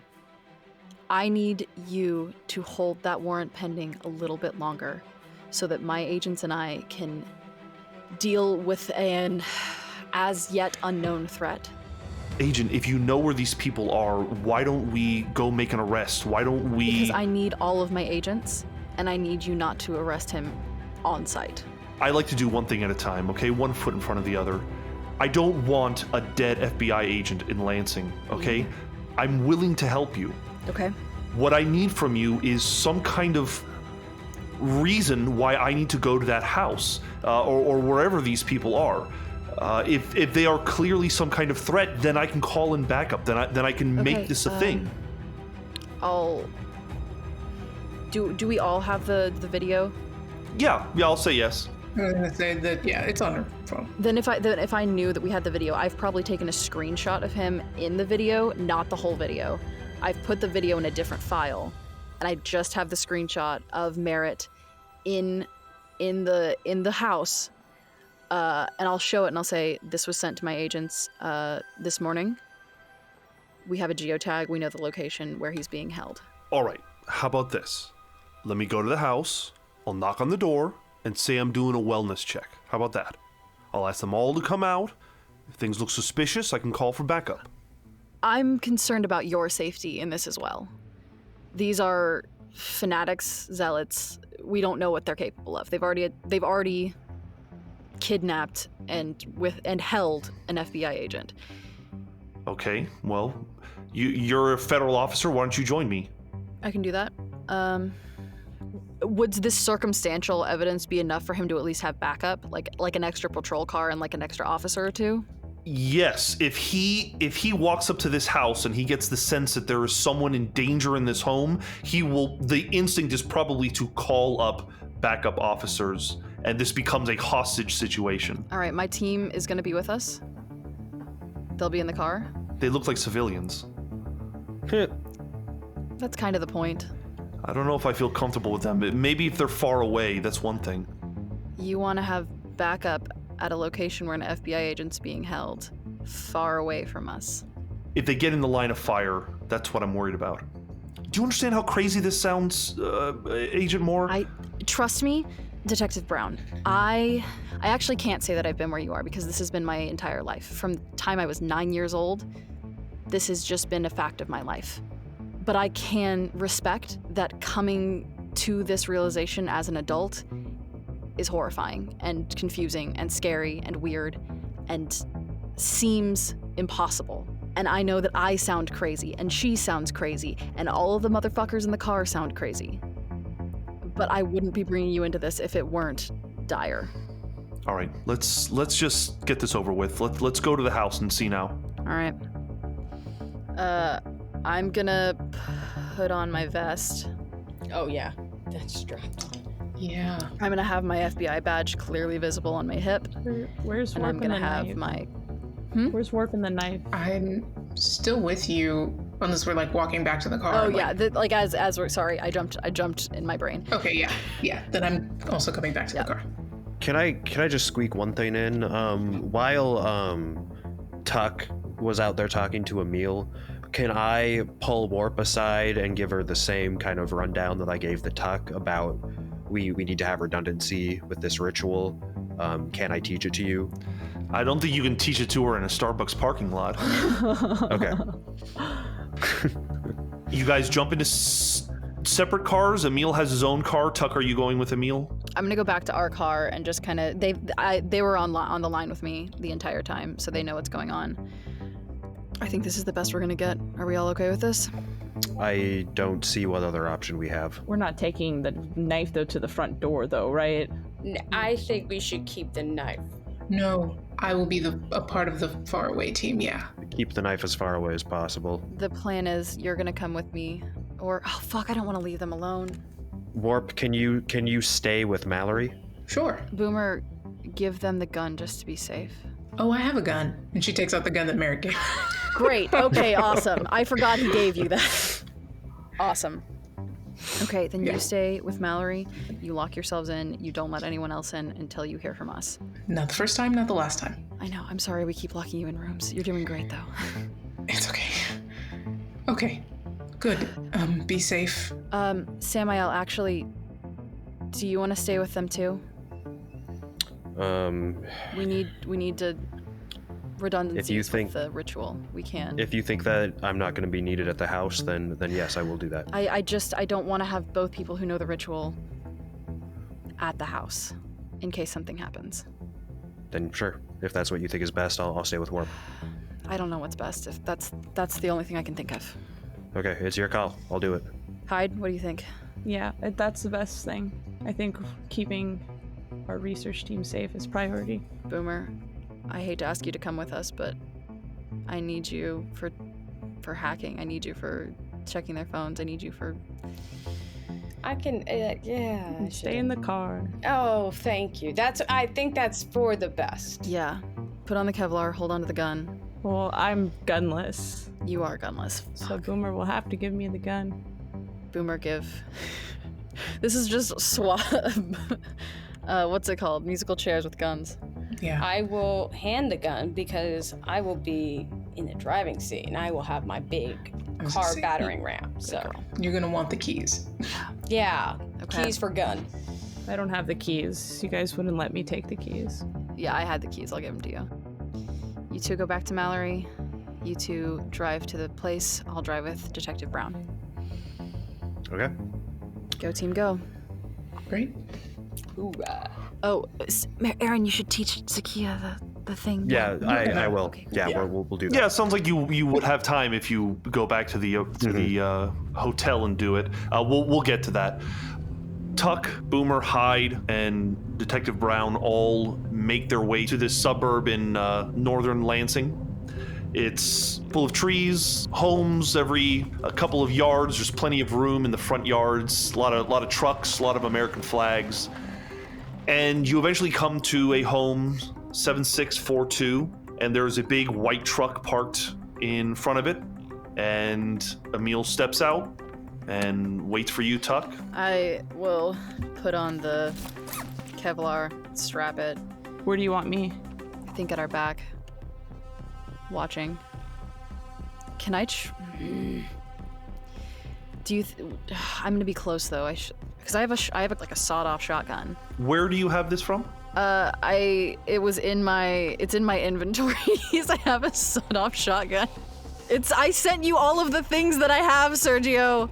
It's in the old handwriting too. It's from like old times. It's from Meadowbrook days, boy. Who's taking the shotgun? Shotguns have a pretty close range, but I don't want to roll up With a shotgun. with a shotgun. Yeah. Just rack it on the front porch. So I'll give. Do you want? You can just give it to me. Absolutely not. You don't need it. You take the shotgun. I'll take the pistol. Okay.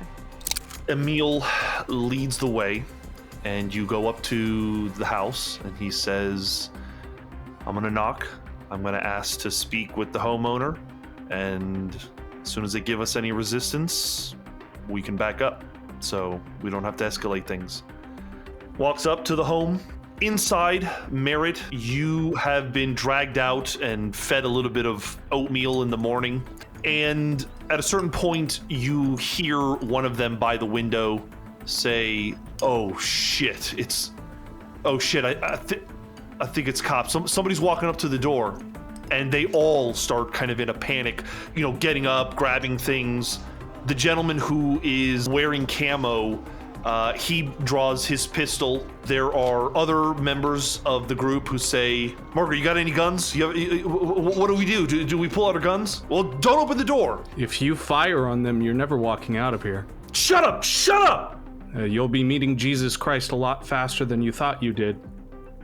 The big guy with the I Love America t-shirt kind of leans up against the door, and once the door knocks, he doesn't say anything. Marlene steps between them and walks forward and puts her hand on the door and says, keep them busy. And she starts walking out of the back door, past the kitchen. Emille, you hear on the other side of the door, who is it? And Emille Browne says, hey, this is Detective Browne. Wanted to see if I could speak to Margaret Gaylord Breen. She's the owner of this home, correct? Margaret's not... She doesn't want to talk to you. Who am I speaking with here? My name doesn't matter. What do you want? Go away. I'm gonna yell out. I don't have eyes on her. She's coming around the side of the house. You have to act quick. Tuck, you hear that, and then what happens is that Merritt, one of the men, gets spooked by you saying that, and they just kick you in the face. Yeah, that's fair. You're going to be dealt 3 damage. Okay. Shit. As he just hits you across the jaw, knocks you onto your back. But Tuck, you're outside. You hear the familiar voice of Merritt screaming. Browne, call it in, and then I'm gonna back up from the door, and I'm gonna back up to Hyde, and I'm just gonna keep us looking in opposite directions. Yeah, can I look around to see if anybody's leaving the house? Right now, you don't see anyone leaving the house. I'm gonna run to the back then. You guys secure the front. I'm gonna take steps back to try and keep Hyde in my eye line as long as I can. I'm gonna go around the back of the house. While you're doing that, Tuck, Detective Browne is saying, open the door! Who was that? God damn it, open the fucking door right now! Hyde, give me a athletics roll, please. That is a success with a 33 out of 34. You start running around the back and you see the body of Erica Young making a corner around the opposite side of the house. She also succeeded on her roll, so though you have seen her, you have not had a chance to catch up with her. Are you going to chase after her? I'm gonna run after her. Okay, give me another athletics check. Damn. That's a success with a 10. She also succeeds with a 57. So you come around the corner again, and you see her going for the car. What are you doing? She's attempting to open this truck and get into it. I'm gonna try to hit the truck to see if I can disable it so she can't run with the truck. Oh, let's have you just make a called shot. So you're just at -20. That's a fail with a 96. You start firing at her, and most of it hits the grill, the front of the car. It even, it doesn't shatter, but it leaves a puncture wound in the front window. But she does manage to get into the truck. Does Moore and Emille, are they in the sight line of seeing this happen? Tuck's just telling him to call it in and get back up. Okay, if that's what you told him, then he would actually back up, get on his radio, and start radioing in that he has a suspicious activity happening at the address. He's calling it in. Tuck, you can more easily and quickly see that there is somebody climbing into the truck, and a bunch of shots are just fired at the truck. Shit. Okay, I'm trying to shoot the wheels out. Oh shit. Yeah. You can make a -20 called shot if that's what you're specifically doing. Is that... Well, she can still drive with it. She can still drive with it with popped wheels, though. Shoot the engine block. I'll shoot... Yeah, I'll shoot for the front, then. It's still a called shot, but I'll shoot for the front. Here, inside. It's a fail with an 83, motherfucker. Damn it. You shoot, and you definitely see bullet holes in the door, in the top of the vehicle. Again, some of the window is smashed in, but you don't think you're doing the damage you were hoping to do. Okay, we've had Hyde, Tuck, and Emille go. Let's have Boomer. What are you doing in this moment? You're probably close enough to at least see what's happening. Obviously get the car in gear and ready to go just in case. The truck, like, can I block it in the driveway? You could attempt to. Yeah, let me go ahead and just, like, I'm gonna get up, because if they haven't taken off yet, I'm gonna go ahead and put the car, like, as close to it possible, so even if it, like, because it's so close to it, it wouldn't have enough ramming speed to hit me or something. I think that you have enough move, especially if that's your whole move and action and everything. Yeah, I think you can peel the car up and kind of park right behind the vehicle just as it's beginning to back up. It does smash into your car, but it doesn't move fast enough to really do much. Okay, I'm gonna also kind of put the parking brake in there to make it as difficult as possible. Merritt, you hear the commotion and the gunshots happening outside. Inside, it's pandemonium. They're all screaming. They're not sure what to do.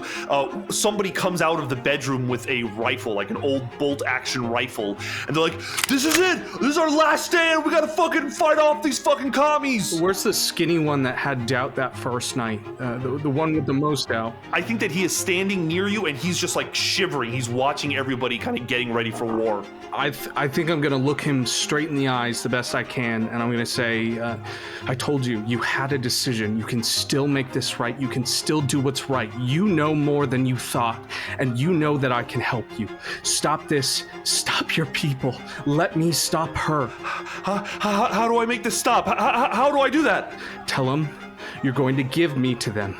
Stop your friends. Let me free. We have to go after her. If she gets the knife, you don't know what she becomes. He's gonna run over and start yelling at his friends to stop. I'll say that you do still have an action if you want to try to do something. I'm gonna try and break those zip ties again. Go ahead and make a strength roll. Strength times 5. They did kind of double zip you, so this is going to be difficult. I have a 43 under 55. You are making considerable progress. You're pushing with all of your might. I think it's going to cost you another point of health. Totally fair. You feel as if you are very close to being able to kind of at least remove your hand from one of these, but it's going to require another roll on your next turn. At the top of the initiative, both Hyde and Marlene have the same dexterity. Let's make a luck roll to see who goes first.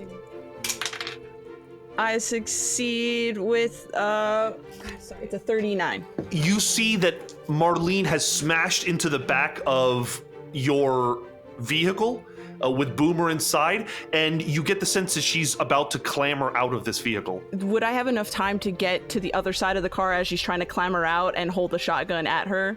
Yeah, I'll say that you can swing open the door on the passenger side, aim the shotgun at her. Are you holding an action? I'm going to hold an action if she keeps moving, but I'm going to tell her, it's like, I will blow the last fucking body you have right now if you do not stop. On her turn, she takes her chances and leaps out of the chair. Let's go go. ahead and make an attack. Let's go. Let's go. Let's do it. Come on, just capture her right here. Get the bitch. That is a success with a 30, with a solid 30. That's right. A shotgun blast at close range is 2d10. Woo! Sick. Oh. Fuck. Let's go, baby. Come on. That's 20 points of damage. Hell yes! Hell No, I'm not. yes! I cock that bitch and I fire. We forgive you for everything.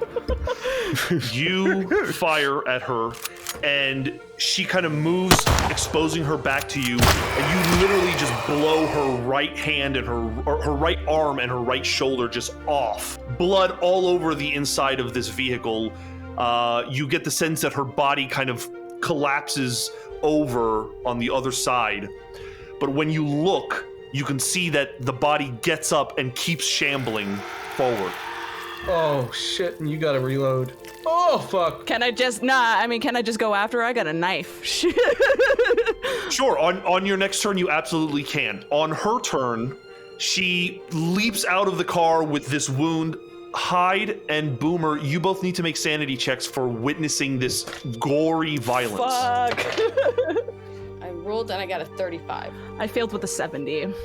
All right, if you succeed, you're not going to lose any sanity, and please put a point towards adapting to violence. If you fail, you're just going to lose 1 sanity. It's just a disgusting mess. On Marlene's turn, so she can't do much else besides run around to Boomer's car. It's a free action to attempt to open the door. Boomer, make a dodge roll against her to see if you can lock the door in time.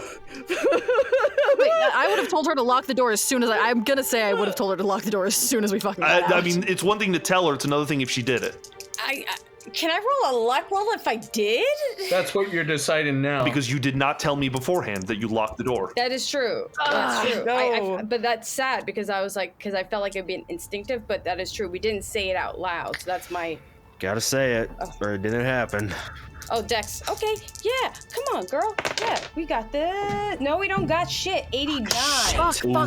Fuck.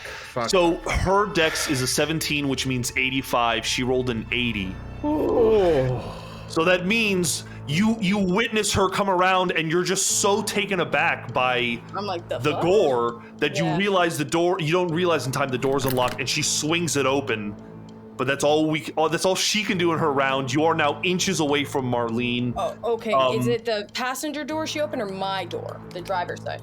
I think she is in the passenger side. She opened the passenger side door and is now like climbing in. She's like in the passenger door, inches from your face, this gore dripping down on the seats and stuff, this black ichor. Drive, baby. I'm coming. Boomer, it's your turn. What are you doing? I ain't got shit, guys. You're in the car. Come on. Yeet out. Disable. I yeet out. Yeah. Yeah. That's it. Wait. Laptop, yeet out. You grab your laptop as you see her climbing in, and you just get out of the car. No, peel. No, peel. Drive with her. Oh, we can't. We're not there. I'm sorry. No. Guys, I have no weapon. I got it. Marlene is inches from my face. I have no fighting. And I got a shotgun-toting chick very nearby. I'm getting out of blasting range. So I'm grabbing the laptop. And I'm going to haul ass out. So you just kind of stumble out of the car. You still have an action. Do you want to do anything other than get as far away as possible? Take the keys. I'm going to take the keys out. I think that's something you can do. You have the keys. Fuck. And that's it. I feel like that's more because in the moment, I'm sorry, it is about getting the F out, take the keys out, laptop, and I'm out. I think that's more than enough.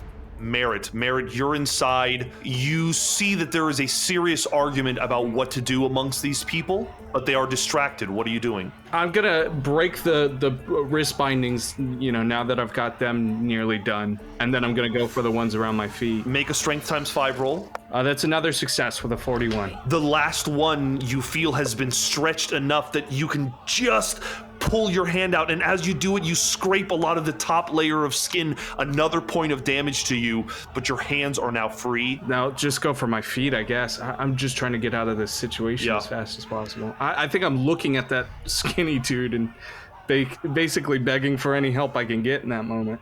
If you give me over, no one has to die. None of your people have to die. I think that they see that you have broken your wrists, and they are now pointing their weapons and saying, you're not going anywhere! Don't you fucking go anywhere! The prophet left you. Where are they? Are they going to be there when you go to jail, when you die? The gentleman who has this long gray hair, seems to be somewhat of a comic book nerd, is like, I'm just getting the fuck out of here! And he runs out the back. The guy with the rifle is gonna say, hell no, I'm not going anywhere! He's gonna aim out the window and he's gonna fire. Oh God. And let's decide who he shoots. On a success, we're going to say that it's Tuck. Ooh. So he's gonna fire at you. He does succeed with a 38. You can attempt to make a dodge roll if you'd like. Dodge. It's a rifle. Yeah. All right, kids. Oh. Tuck. Don't make that face. Allegra. It is a fail. Okay. You are shot for 10 points of damage. Oh my God. It's over. You are reduced by 3. Still over. Okay. Hyde, Merritt, you hear this deafening blast from inside Merritt. It's even louder for you. But Hyde, you look real quick and you see Tuck throw her arms up and just fall backwards onto the lawn. Oh no. It's Emille and Tuck's turn. Emille is going to kind of duck for a moment, see that you've fallen, Tuck, and drag you over to like the corner of the house. And he's just going to do what he can to try to stop the bleeding, to try to help you in some way. Sometimes it's possible to resuscitate a dead character. If the handler says resuscitation is possible, which I'll say that maybe stabilization is possible at the best. That makes sense. Someone must make a first aid test. This must occur within a number of minutes after death, which I think we're in that time frame. Basic first aid is at a 10. I believe that as a officer of the law, he would have some kind of training. I think he would have at least a 30. So he's stopping the bleeding. He's trying to get your heart to beat again. Let's see what he gets. He gets a 30 on the money, actually. Mother! Oh my God! You're fucking kidding! There's no fucking way. Oh my! Sergio, you gotta take a picture of that. People are gonna doubt. Yeah, I'm gonna take a picture right now. Shit! No way! Agent Hyde, you don't know exactly what's happening. You see him working on her. We'll go to the top of the initiative with you. You can go and you can go after Marlene, or you can go and check on Tuck. What are you doing? Yeah, I have to assume that there's a chance that that she's gonna be still alive. So I'm going. If Marlene's climbed in the car, can I jump on top of her and take my knife and just slit that bitch's throat? Go after Marlene, get that bitch. Go. You run over to her. You reach in after her and you just start stabbing. Go ahead and make a unarmed or a melee weapons attack roll against her. That's a success with a 47. That is a 1 point of damage. You stab it into her, but she is still writhing, still reaching for Boomer. If I'm on top of her though, is that like at least like holding on to her since she's climbing through a car? That's a separate action. What you have chosen to do with your action is deal damage to her. But I mean, you're right on top of her for sure. Okay, yeah. I just wanted to make at least I'm on top of her. It is her turn. As soon as you pull the blade out, some of that wound begins to heal. She sees that the keys are out of her reach. She is going to attempt to push you.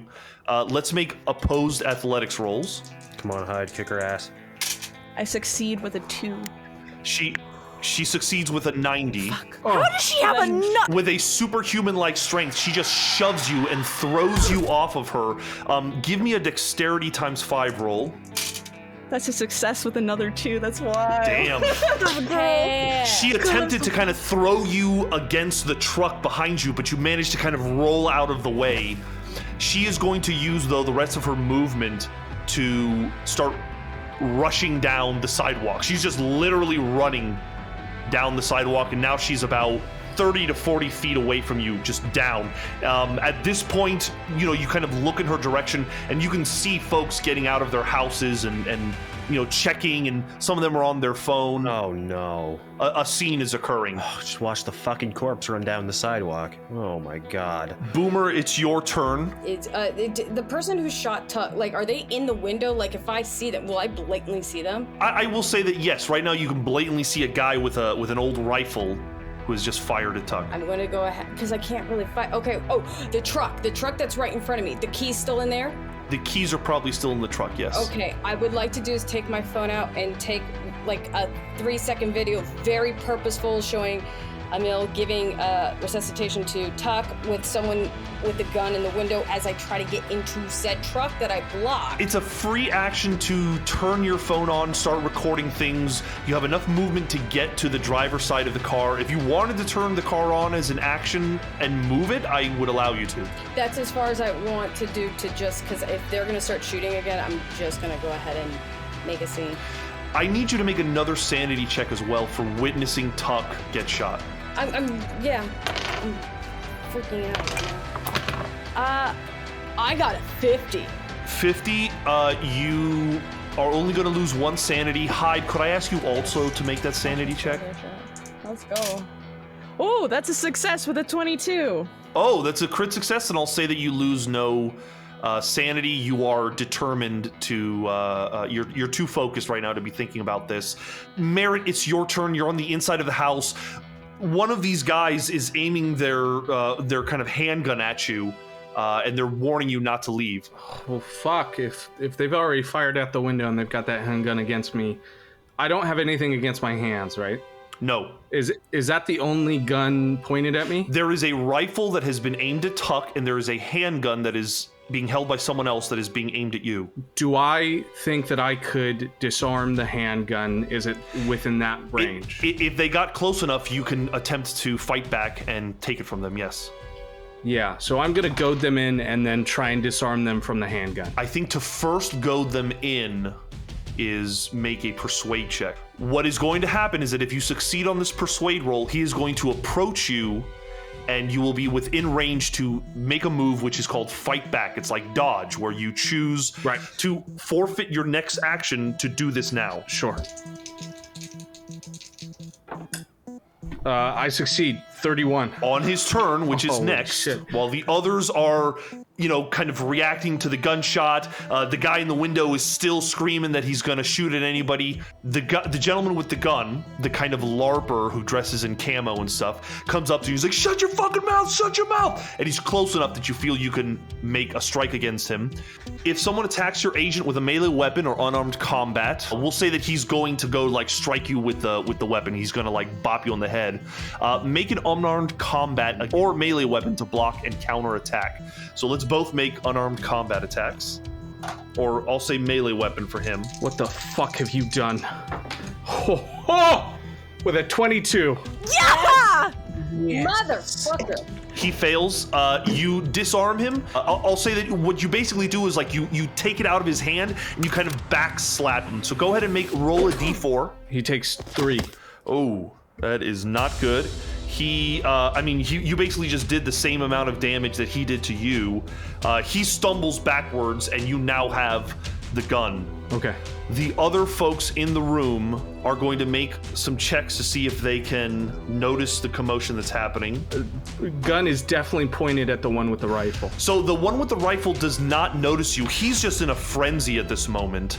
However, Margaret and one of the other folks see their ally kind of crumple to the ground, and they see that you have the gun, and they're just kind of yelling in your direction. No, just put it down. What the fuck did you do? What the fuck did you do? The gentleman with the rifle is just in a frenzy. He looks out the window, and the only other person he can see is Boomer. He's gonna take a shot at you, Boomer. No. You made no mention of hiding or doing anything like that. I like to counter charm this. Counter spell? Counter spell? 5th level? I mean, he is going to succeed, so if you'd like to dodge, you can attempt that. Hell yeah, would I like to dodge? Dodge for your life. Please dodge. Please, everyone dodge. Come on, Boomer. Come You on. have Kevlar on still, so. Please. I have a 1. Yes! Let's go. I am going to action hero dodge out the way. Our fucking rolls. You've been staring at him with his gun kind of half out the window, so when you see it swing around to you, you just know to drop to the ground. Yes, I do. And you do hear a shot go off, but you are okay.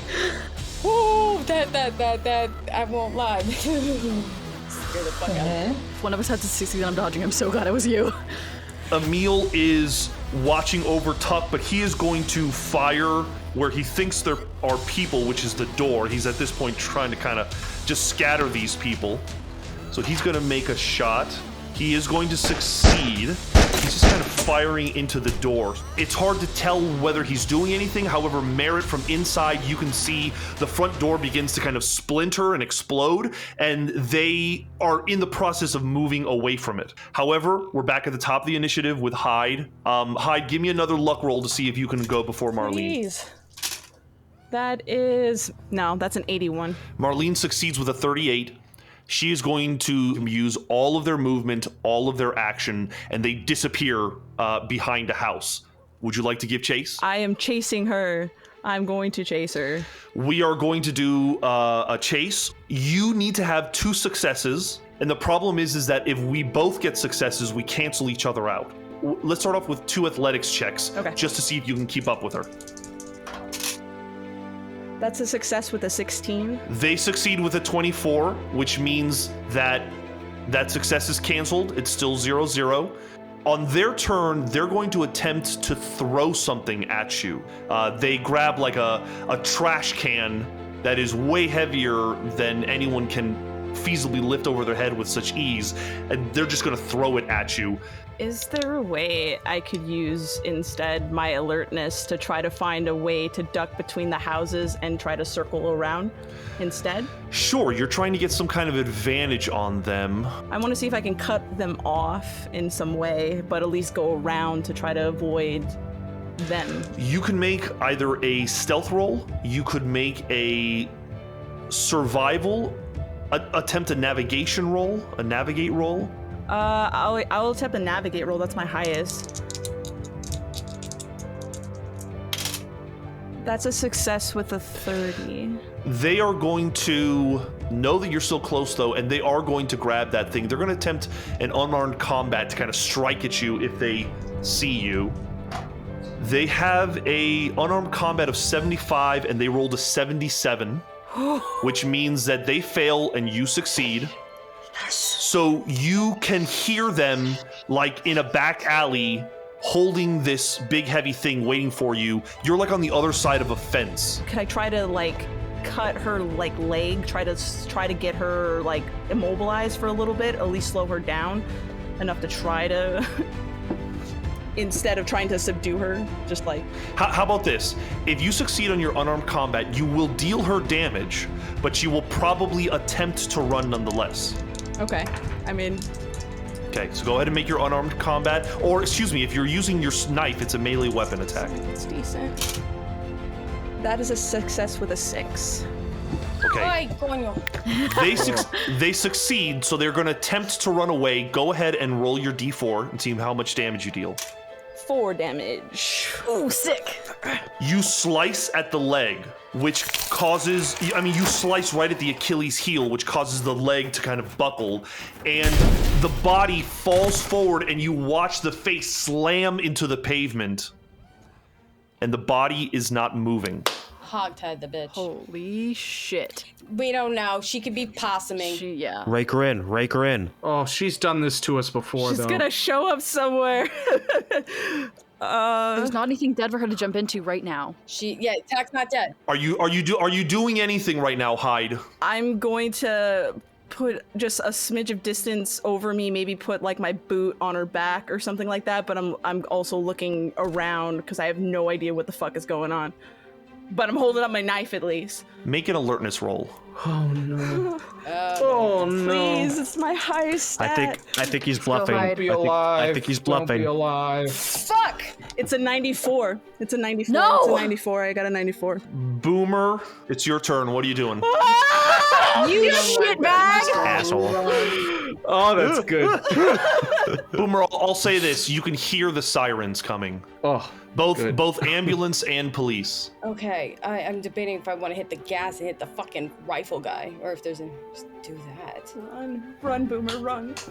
You're a civilian right now, just a reminder. Oh, okay. I'm gonna go to, I'm gonna actually, since I'm kind of down, I'm gonna get out of the truck, and I'm going to get to the detective and Tuck, and I want to get like a status on this really quick. It would require all of your movement and all of your action to get to them, but I think you could. That's fine. That's what I'm gonna do. As the maniac in the window is like reloading his rifle, it gives you enough time to just book your ass to the other side of the house, and you now kind of join Detective Browne, Tuck's body. Tuck is covered in her own blood. He has revived her in the sense that he says he can feel her heartbeat, but it is waning. She is stable for now. She needs medical attention immediately, and that's what you understand. But she appears unconscious. If the detective has me hold down anything like a blood, I don't know, I will be doing that. That's fine. That's fine. So he shows you where to kind of hold on the pressure point. Merritt, it's your turn. Okay, yeah, I'll stand, and the gun is still pointed at the rifleman, but I'm also bouncing between targets to make sure none of them try anything with me. I'm just gonna call out to him, put the gun down! Put the gun down! And I'm trying to control the situation, get them to stop. It is the rifleman's turn. He hears you. I think that the other Phenomen-Xers at this point know that the situation is completely fucked, and they are going to follow the lead. Two of them run out past you, and he is going to aim his weapon at you. I think because it is a ranged weapon, he's going to have minus 20% on that attack against you. Yeah, he's gonna fail. So he swings the weapon around and fires, and like a chandelier near you shatters. And I think that he's going to probably start moving towards you to engage with you. Gotcha. On Emille's turn, I think he's just gonna hold his position, and he's keeping an eye on anyone that might come through that front door. I think at least one of the Phenomen-Xers might do that. And when they do that, he would probably attempt to tackle them to the ground. And he will succeed. Oh, thank God. So he tackles Margaret, in fact, the woman, to the ground. Let's go to the top of the initiative again with Hyde. Hi. Yeah. The body is not moving, but you are alone here. What are you doing? I'm looking around to see where Marlene could possibly be. I'd like to make sure that she can't jump back to this body. Is that possible? Can I remove a head and that she can't come back to it? You are going to approach the body, and I'm going to allow you to make either an alertness roll or a medicine or first aid roll just to tell if they're alive. Alertness. That's a success with a 38. The body is twitching and moving in a way that you feel that the consciousness of Marlene is still in this body. The longer you stand here watching it, the more you see these wounds closing. Then I want to try to capitalize on and slit the throat or something like that permanently stops this body from being usable. You are going to attempt to slice the throat. As you get down on one knee to put a knife to the throat, one of the fences opens up, and what looks to be a dad kind of pokes his head out and sees you doing this. Shit. Like, you lock eyes with this guy as he sees you putting a knife to this thing's throat. Can I try to get him to go back inside and call 911? I'll say I'm a part of a counterterror task force. Can you please call 911? And then when he dips, can I then slice her throat? I'll say this, it's one action, so you can persuade him now, and on your next turn, you can attempt to slice the throat of this thing. Yeah, I'll do that. I have to persuade that person because I can't slice him. Yo. I can't slice him. Okay, make your persuade roll. Fuck. I have the charisma of a spoon. Growth. This is growth. That's a 9. What the fuck? Oh! Whatever reasons he has, he sort of gasps at the sight of you. I mean, this body is literally missing a part of its torso, so he just kind of gasps. I'm gonna have him make a sanity roll. Oh yeah, he fails with a 95. Just run away. He just runs away exactly as you describe. Whether he's gonna call somebody, that's something else. On your next turn, you can attempt to strike at this thing. Okay.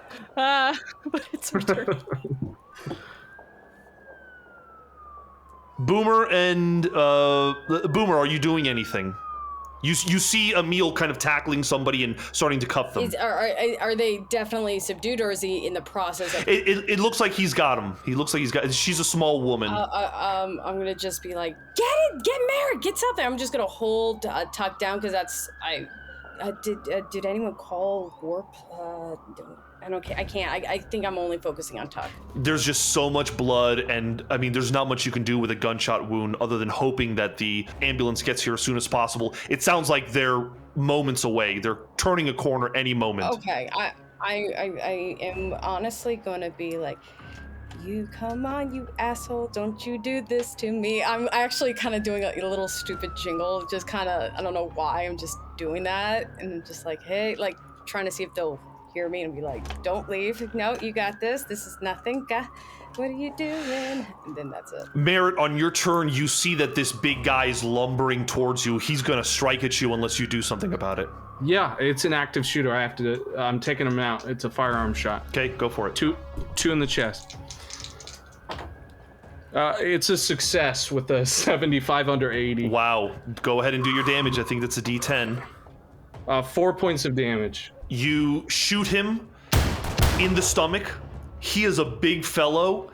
It looks like he can take that shot, although he does stumble back and he's kind of now gripping his gut, blood now pouring out of it. He is still, I think, conscious enough to try to attack you. He's going to try to swing at you with that big rifle. Okay. So he's going to make a melee weapons attack against you. Oh, he succeeds. Okay. I'll say that he's going to deal you just a straight D4 of damage. That's 2 damage. So although you shot him in the stomach, he stumbles back, but then raises the pistol up and just clocks you across the head. The pistol kind of shattering across your head, and you can feel the warm blood trickling down the top of your head. He's probably cracked your skull. What are you at, Caleb? 4 right now. Fuck. Oh, Bubba. Still looking good.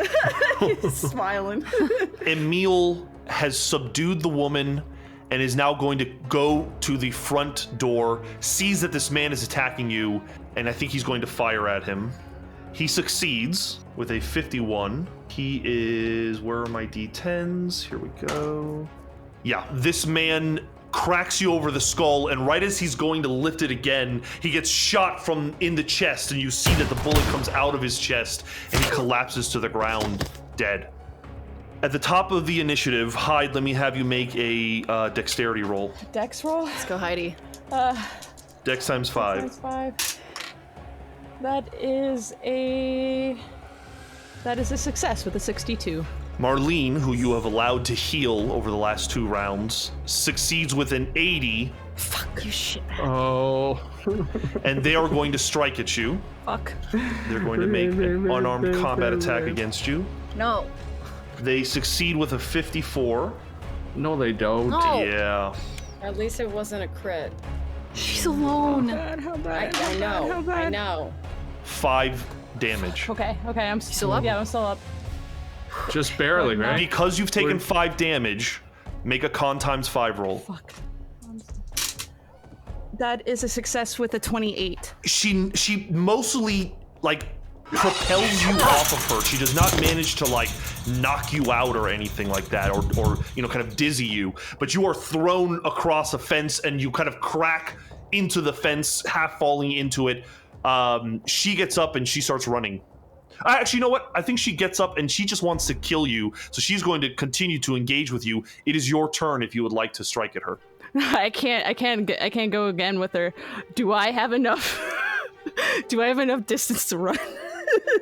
I think so, yeah. Then I'm gonna run, cause fuck that. Okay. I'm gonna head back, or I'm gonna run in any direction that I can possibly get out of here. Yeah, I think if you use your movement and your action, you can get away from her. Okay. Run, Forrest, run.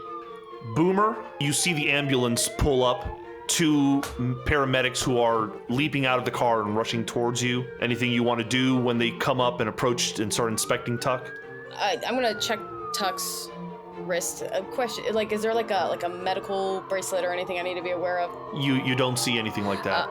I will just be here, like, just get them to take over. Is all the cops, like, police up there right now? You do see police cars pulling up, and their attention seems to be drawn to the Phenomen-Xers who are now kind of dashing out from the backyard and going in every direction. I will point to them and be like, we got hostages in there, and they're suspects who were holding hostages. Get them now. Hopefully that'll point to them, because I'm going to... Fuck, do I want to go in the house? I want to check in on Merritt, because I know Merritt's in there. I am going to go ahead and go into the house. You walk in and you see the dead body of this man. You see Emille standing in the doorway. You see Merritt. Merritt, I'm going to ask that you make a sanity check. Okay. For the fact that you shot this guy and you witnessed him die. I fail with a 48. Okay. I think that roll a d4. I lose 3. Are you projecting that sanity? No, I'm just gonna take it. So, Boomer, when you go in the threshold of the door, you see a shaken Merritt who is holding a weapon. Emille asks you to put the weapon down. Yeah, I'll drop it to the floor, but immediately, where's Haley? Where's Haley? She's been shot. We have paramedics on site right now. Can I see her? Where is she? Is she okay? We've got to get her to the hospital. If you want to follow, that's fine. Fine. I'm gonna be like, Hyde went after Marlene. We know Haley's going to the hospital. That's there, but we need to go probably find. Is she okay? Max, are you okay? I had a bad fucking day, but not as bad as you. I'm not gonna lie. But let's go in the direction that Hyde took them. They're not gonna let me. I need to go with Emille. Take Emille. I look at Emille like that. Maybe that's a possibility. I mean, if they're still an active suspect, I'm willing to go after them. Yes. We have to go then. Let's go. All right, let's jump in my car. As you step out of the house, you see the paramedics putting Tuck onto a gurney, lifting it up, and bringing it towards the ambulance. Max, maybe you go with her. Maybe I stay with Emille. She needs one of us. Yeah, okay, I will think about that, and honestly, I'll realize I'm not really good in this kind of fight situation, so I will go with Tuck in the ambulance. I'm almost dead. She'll take my body if I die. So Boomer jumps into the ambulance with Tuck, and as you are watching the ambulance take off, Agent Hyde comes running back. Am I being pursued? You are not being pursued. Fuck. Yeah, I think I'm gonna open a passenger side on the cruiser. They're gonna go for warp. I didn't stop her. We gotta go. Did you see where she ran, or should we go straight there? She's gonna go for them. She needs the knife. Okay. I'll call. Do I have my phone? I don't think you have your phone, Merritt. You can look for it in the house. No. Yeah, fuck it. Oh, wait. No, yes, I have to get my phone first. I don't want to wait for that shit. Can I get a car? Can I go? So Hyde is taking off. Merritt, you get your phone, and then what are you doing? I'm getting in a cruiser with Emille, and I hope that Hyde gave me the directions to this hotel. We'll say that they do, yeah. I'll call Warp. I'm going straight for the hotel. It doesn't take you very long to get there. Warp, you get a phone call. Marlene? No, it's me. Warp, listen to me. It's me. It's really me. It's Orson. Okay. Listen, I'm back. Tuck got hurt, but we're on our way back. We're coming back to the hotel, but so is the Pilgrim. They must have read Our minds, they know. They got away from Hyde. They're coming for you now. You have to be ready. Okay, we'll go. We'll go now. Where are you going? Where are we going? I don't know. We'll figure that out. I don't know. Maybe another motel or Chicago. I don't know. Somewhere close. If you make any move, make it fast, but don't think about it too much. Bury it. Do whatever you can, because we need to be in the same location before she gets to you. Okay, then I was gonna say I like the plane. Let's go to the plane.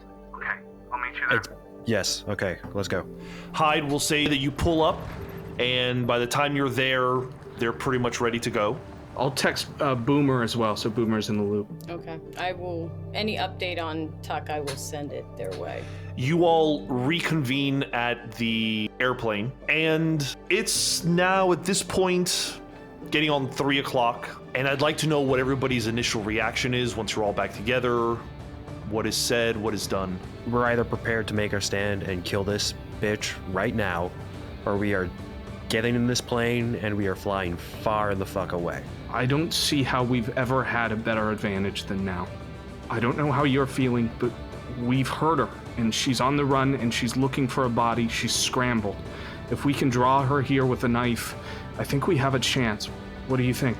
She's healing at a rapid rate. I couldn't put her down fast enough to even begin that. As long as she can't complete the ritual, she can't maintain the body. Tuck and Boomer are in the best position they possibly can. We should leave.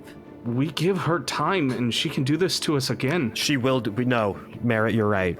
The difference is that she can only do her ritual tomorrow. So if we face her right now, we are taking the risk that she will acquire the knife and be able to perform her ritual tomorrow. Operational security says we leave, Merritt. The only thing that guarantees success is our leaving this state. Tuck in the hospital is the best place she's gonna be. We can give Boomer a head start, maybe, but that's it. But as long as this knife is out of play, Marlene cannot succeed her mission. What's gonna stop her from doing it again tomorrow? What's gonna stop from another person dying? I know what you're saying, and I'm with you, and I know that that's what we have to do, but if we don't do it now, I don't know if we're ever gonna have another chance. Can I look at Mallory? Mallory's with us, right? Yeah. You're our handler. What do? We complete the mission. If we leave this open, they clearly have an intent to try to expose us. Then we put it down right here, right now. Let's cut away for a moment. Boomer, you are taken to the emergency room.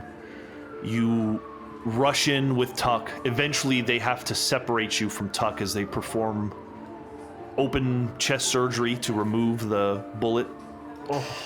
I am going to, for the hospital, I am going to roll a treatment or a stabilization to see if we can get you to get somewhat stable, Tuck. I'll make a first aid roll. I think 60% is more than fair to see if they can succeed. It is a hospital.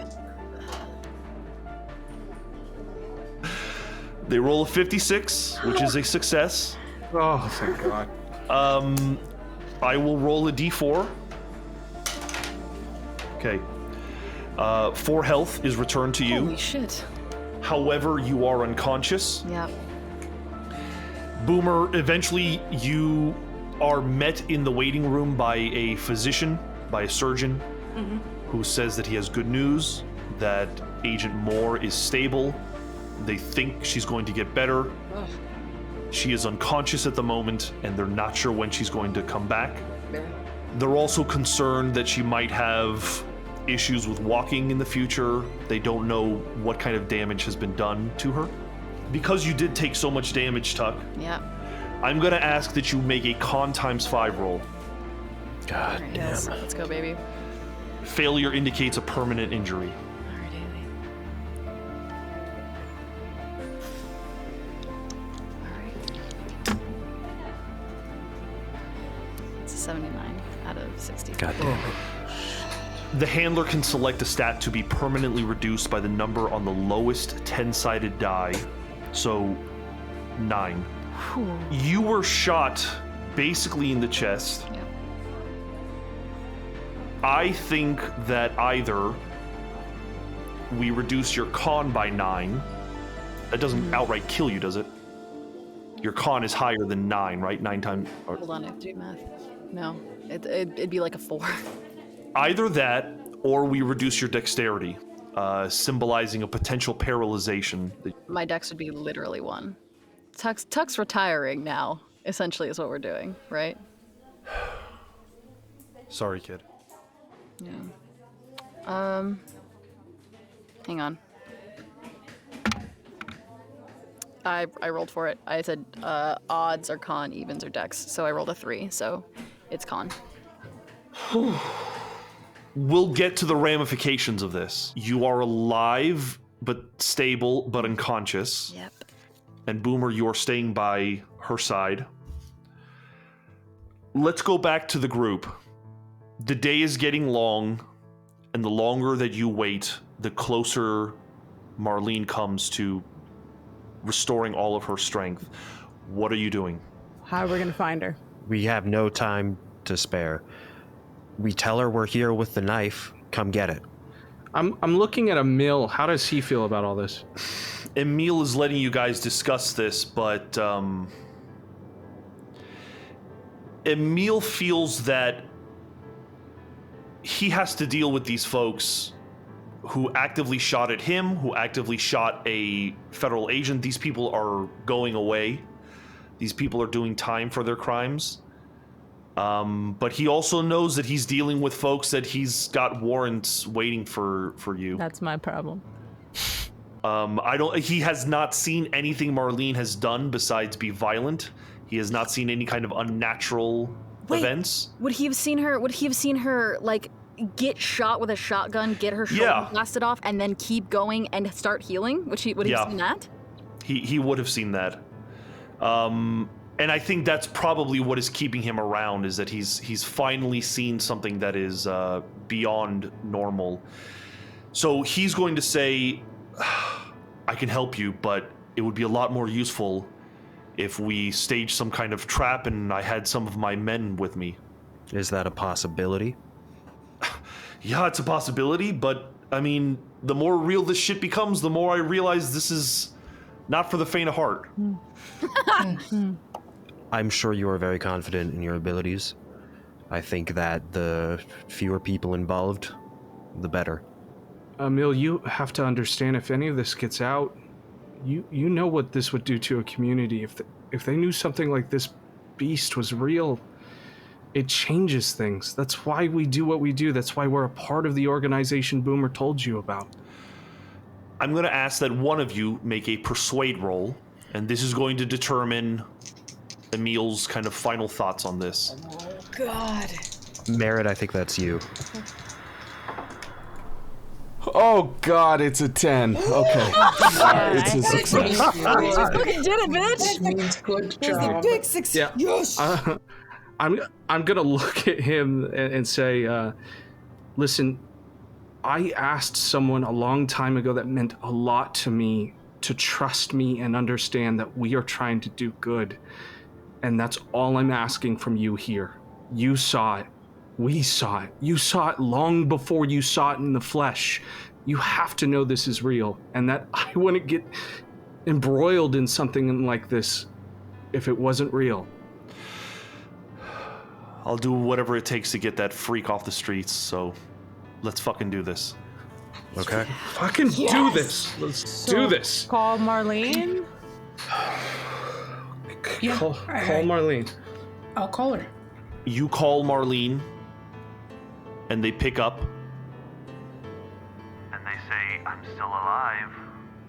Ugh. We know. Do you want the knife or not? Yes. Okay. Then meet us at the airport.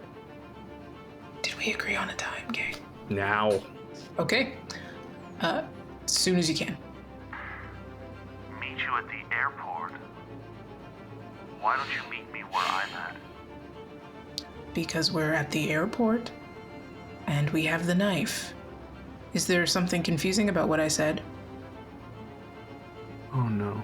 One of you has been shot, which means they're at the hospital. I'm on my way now, and they hang up. Fuck.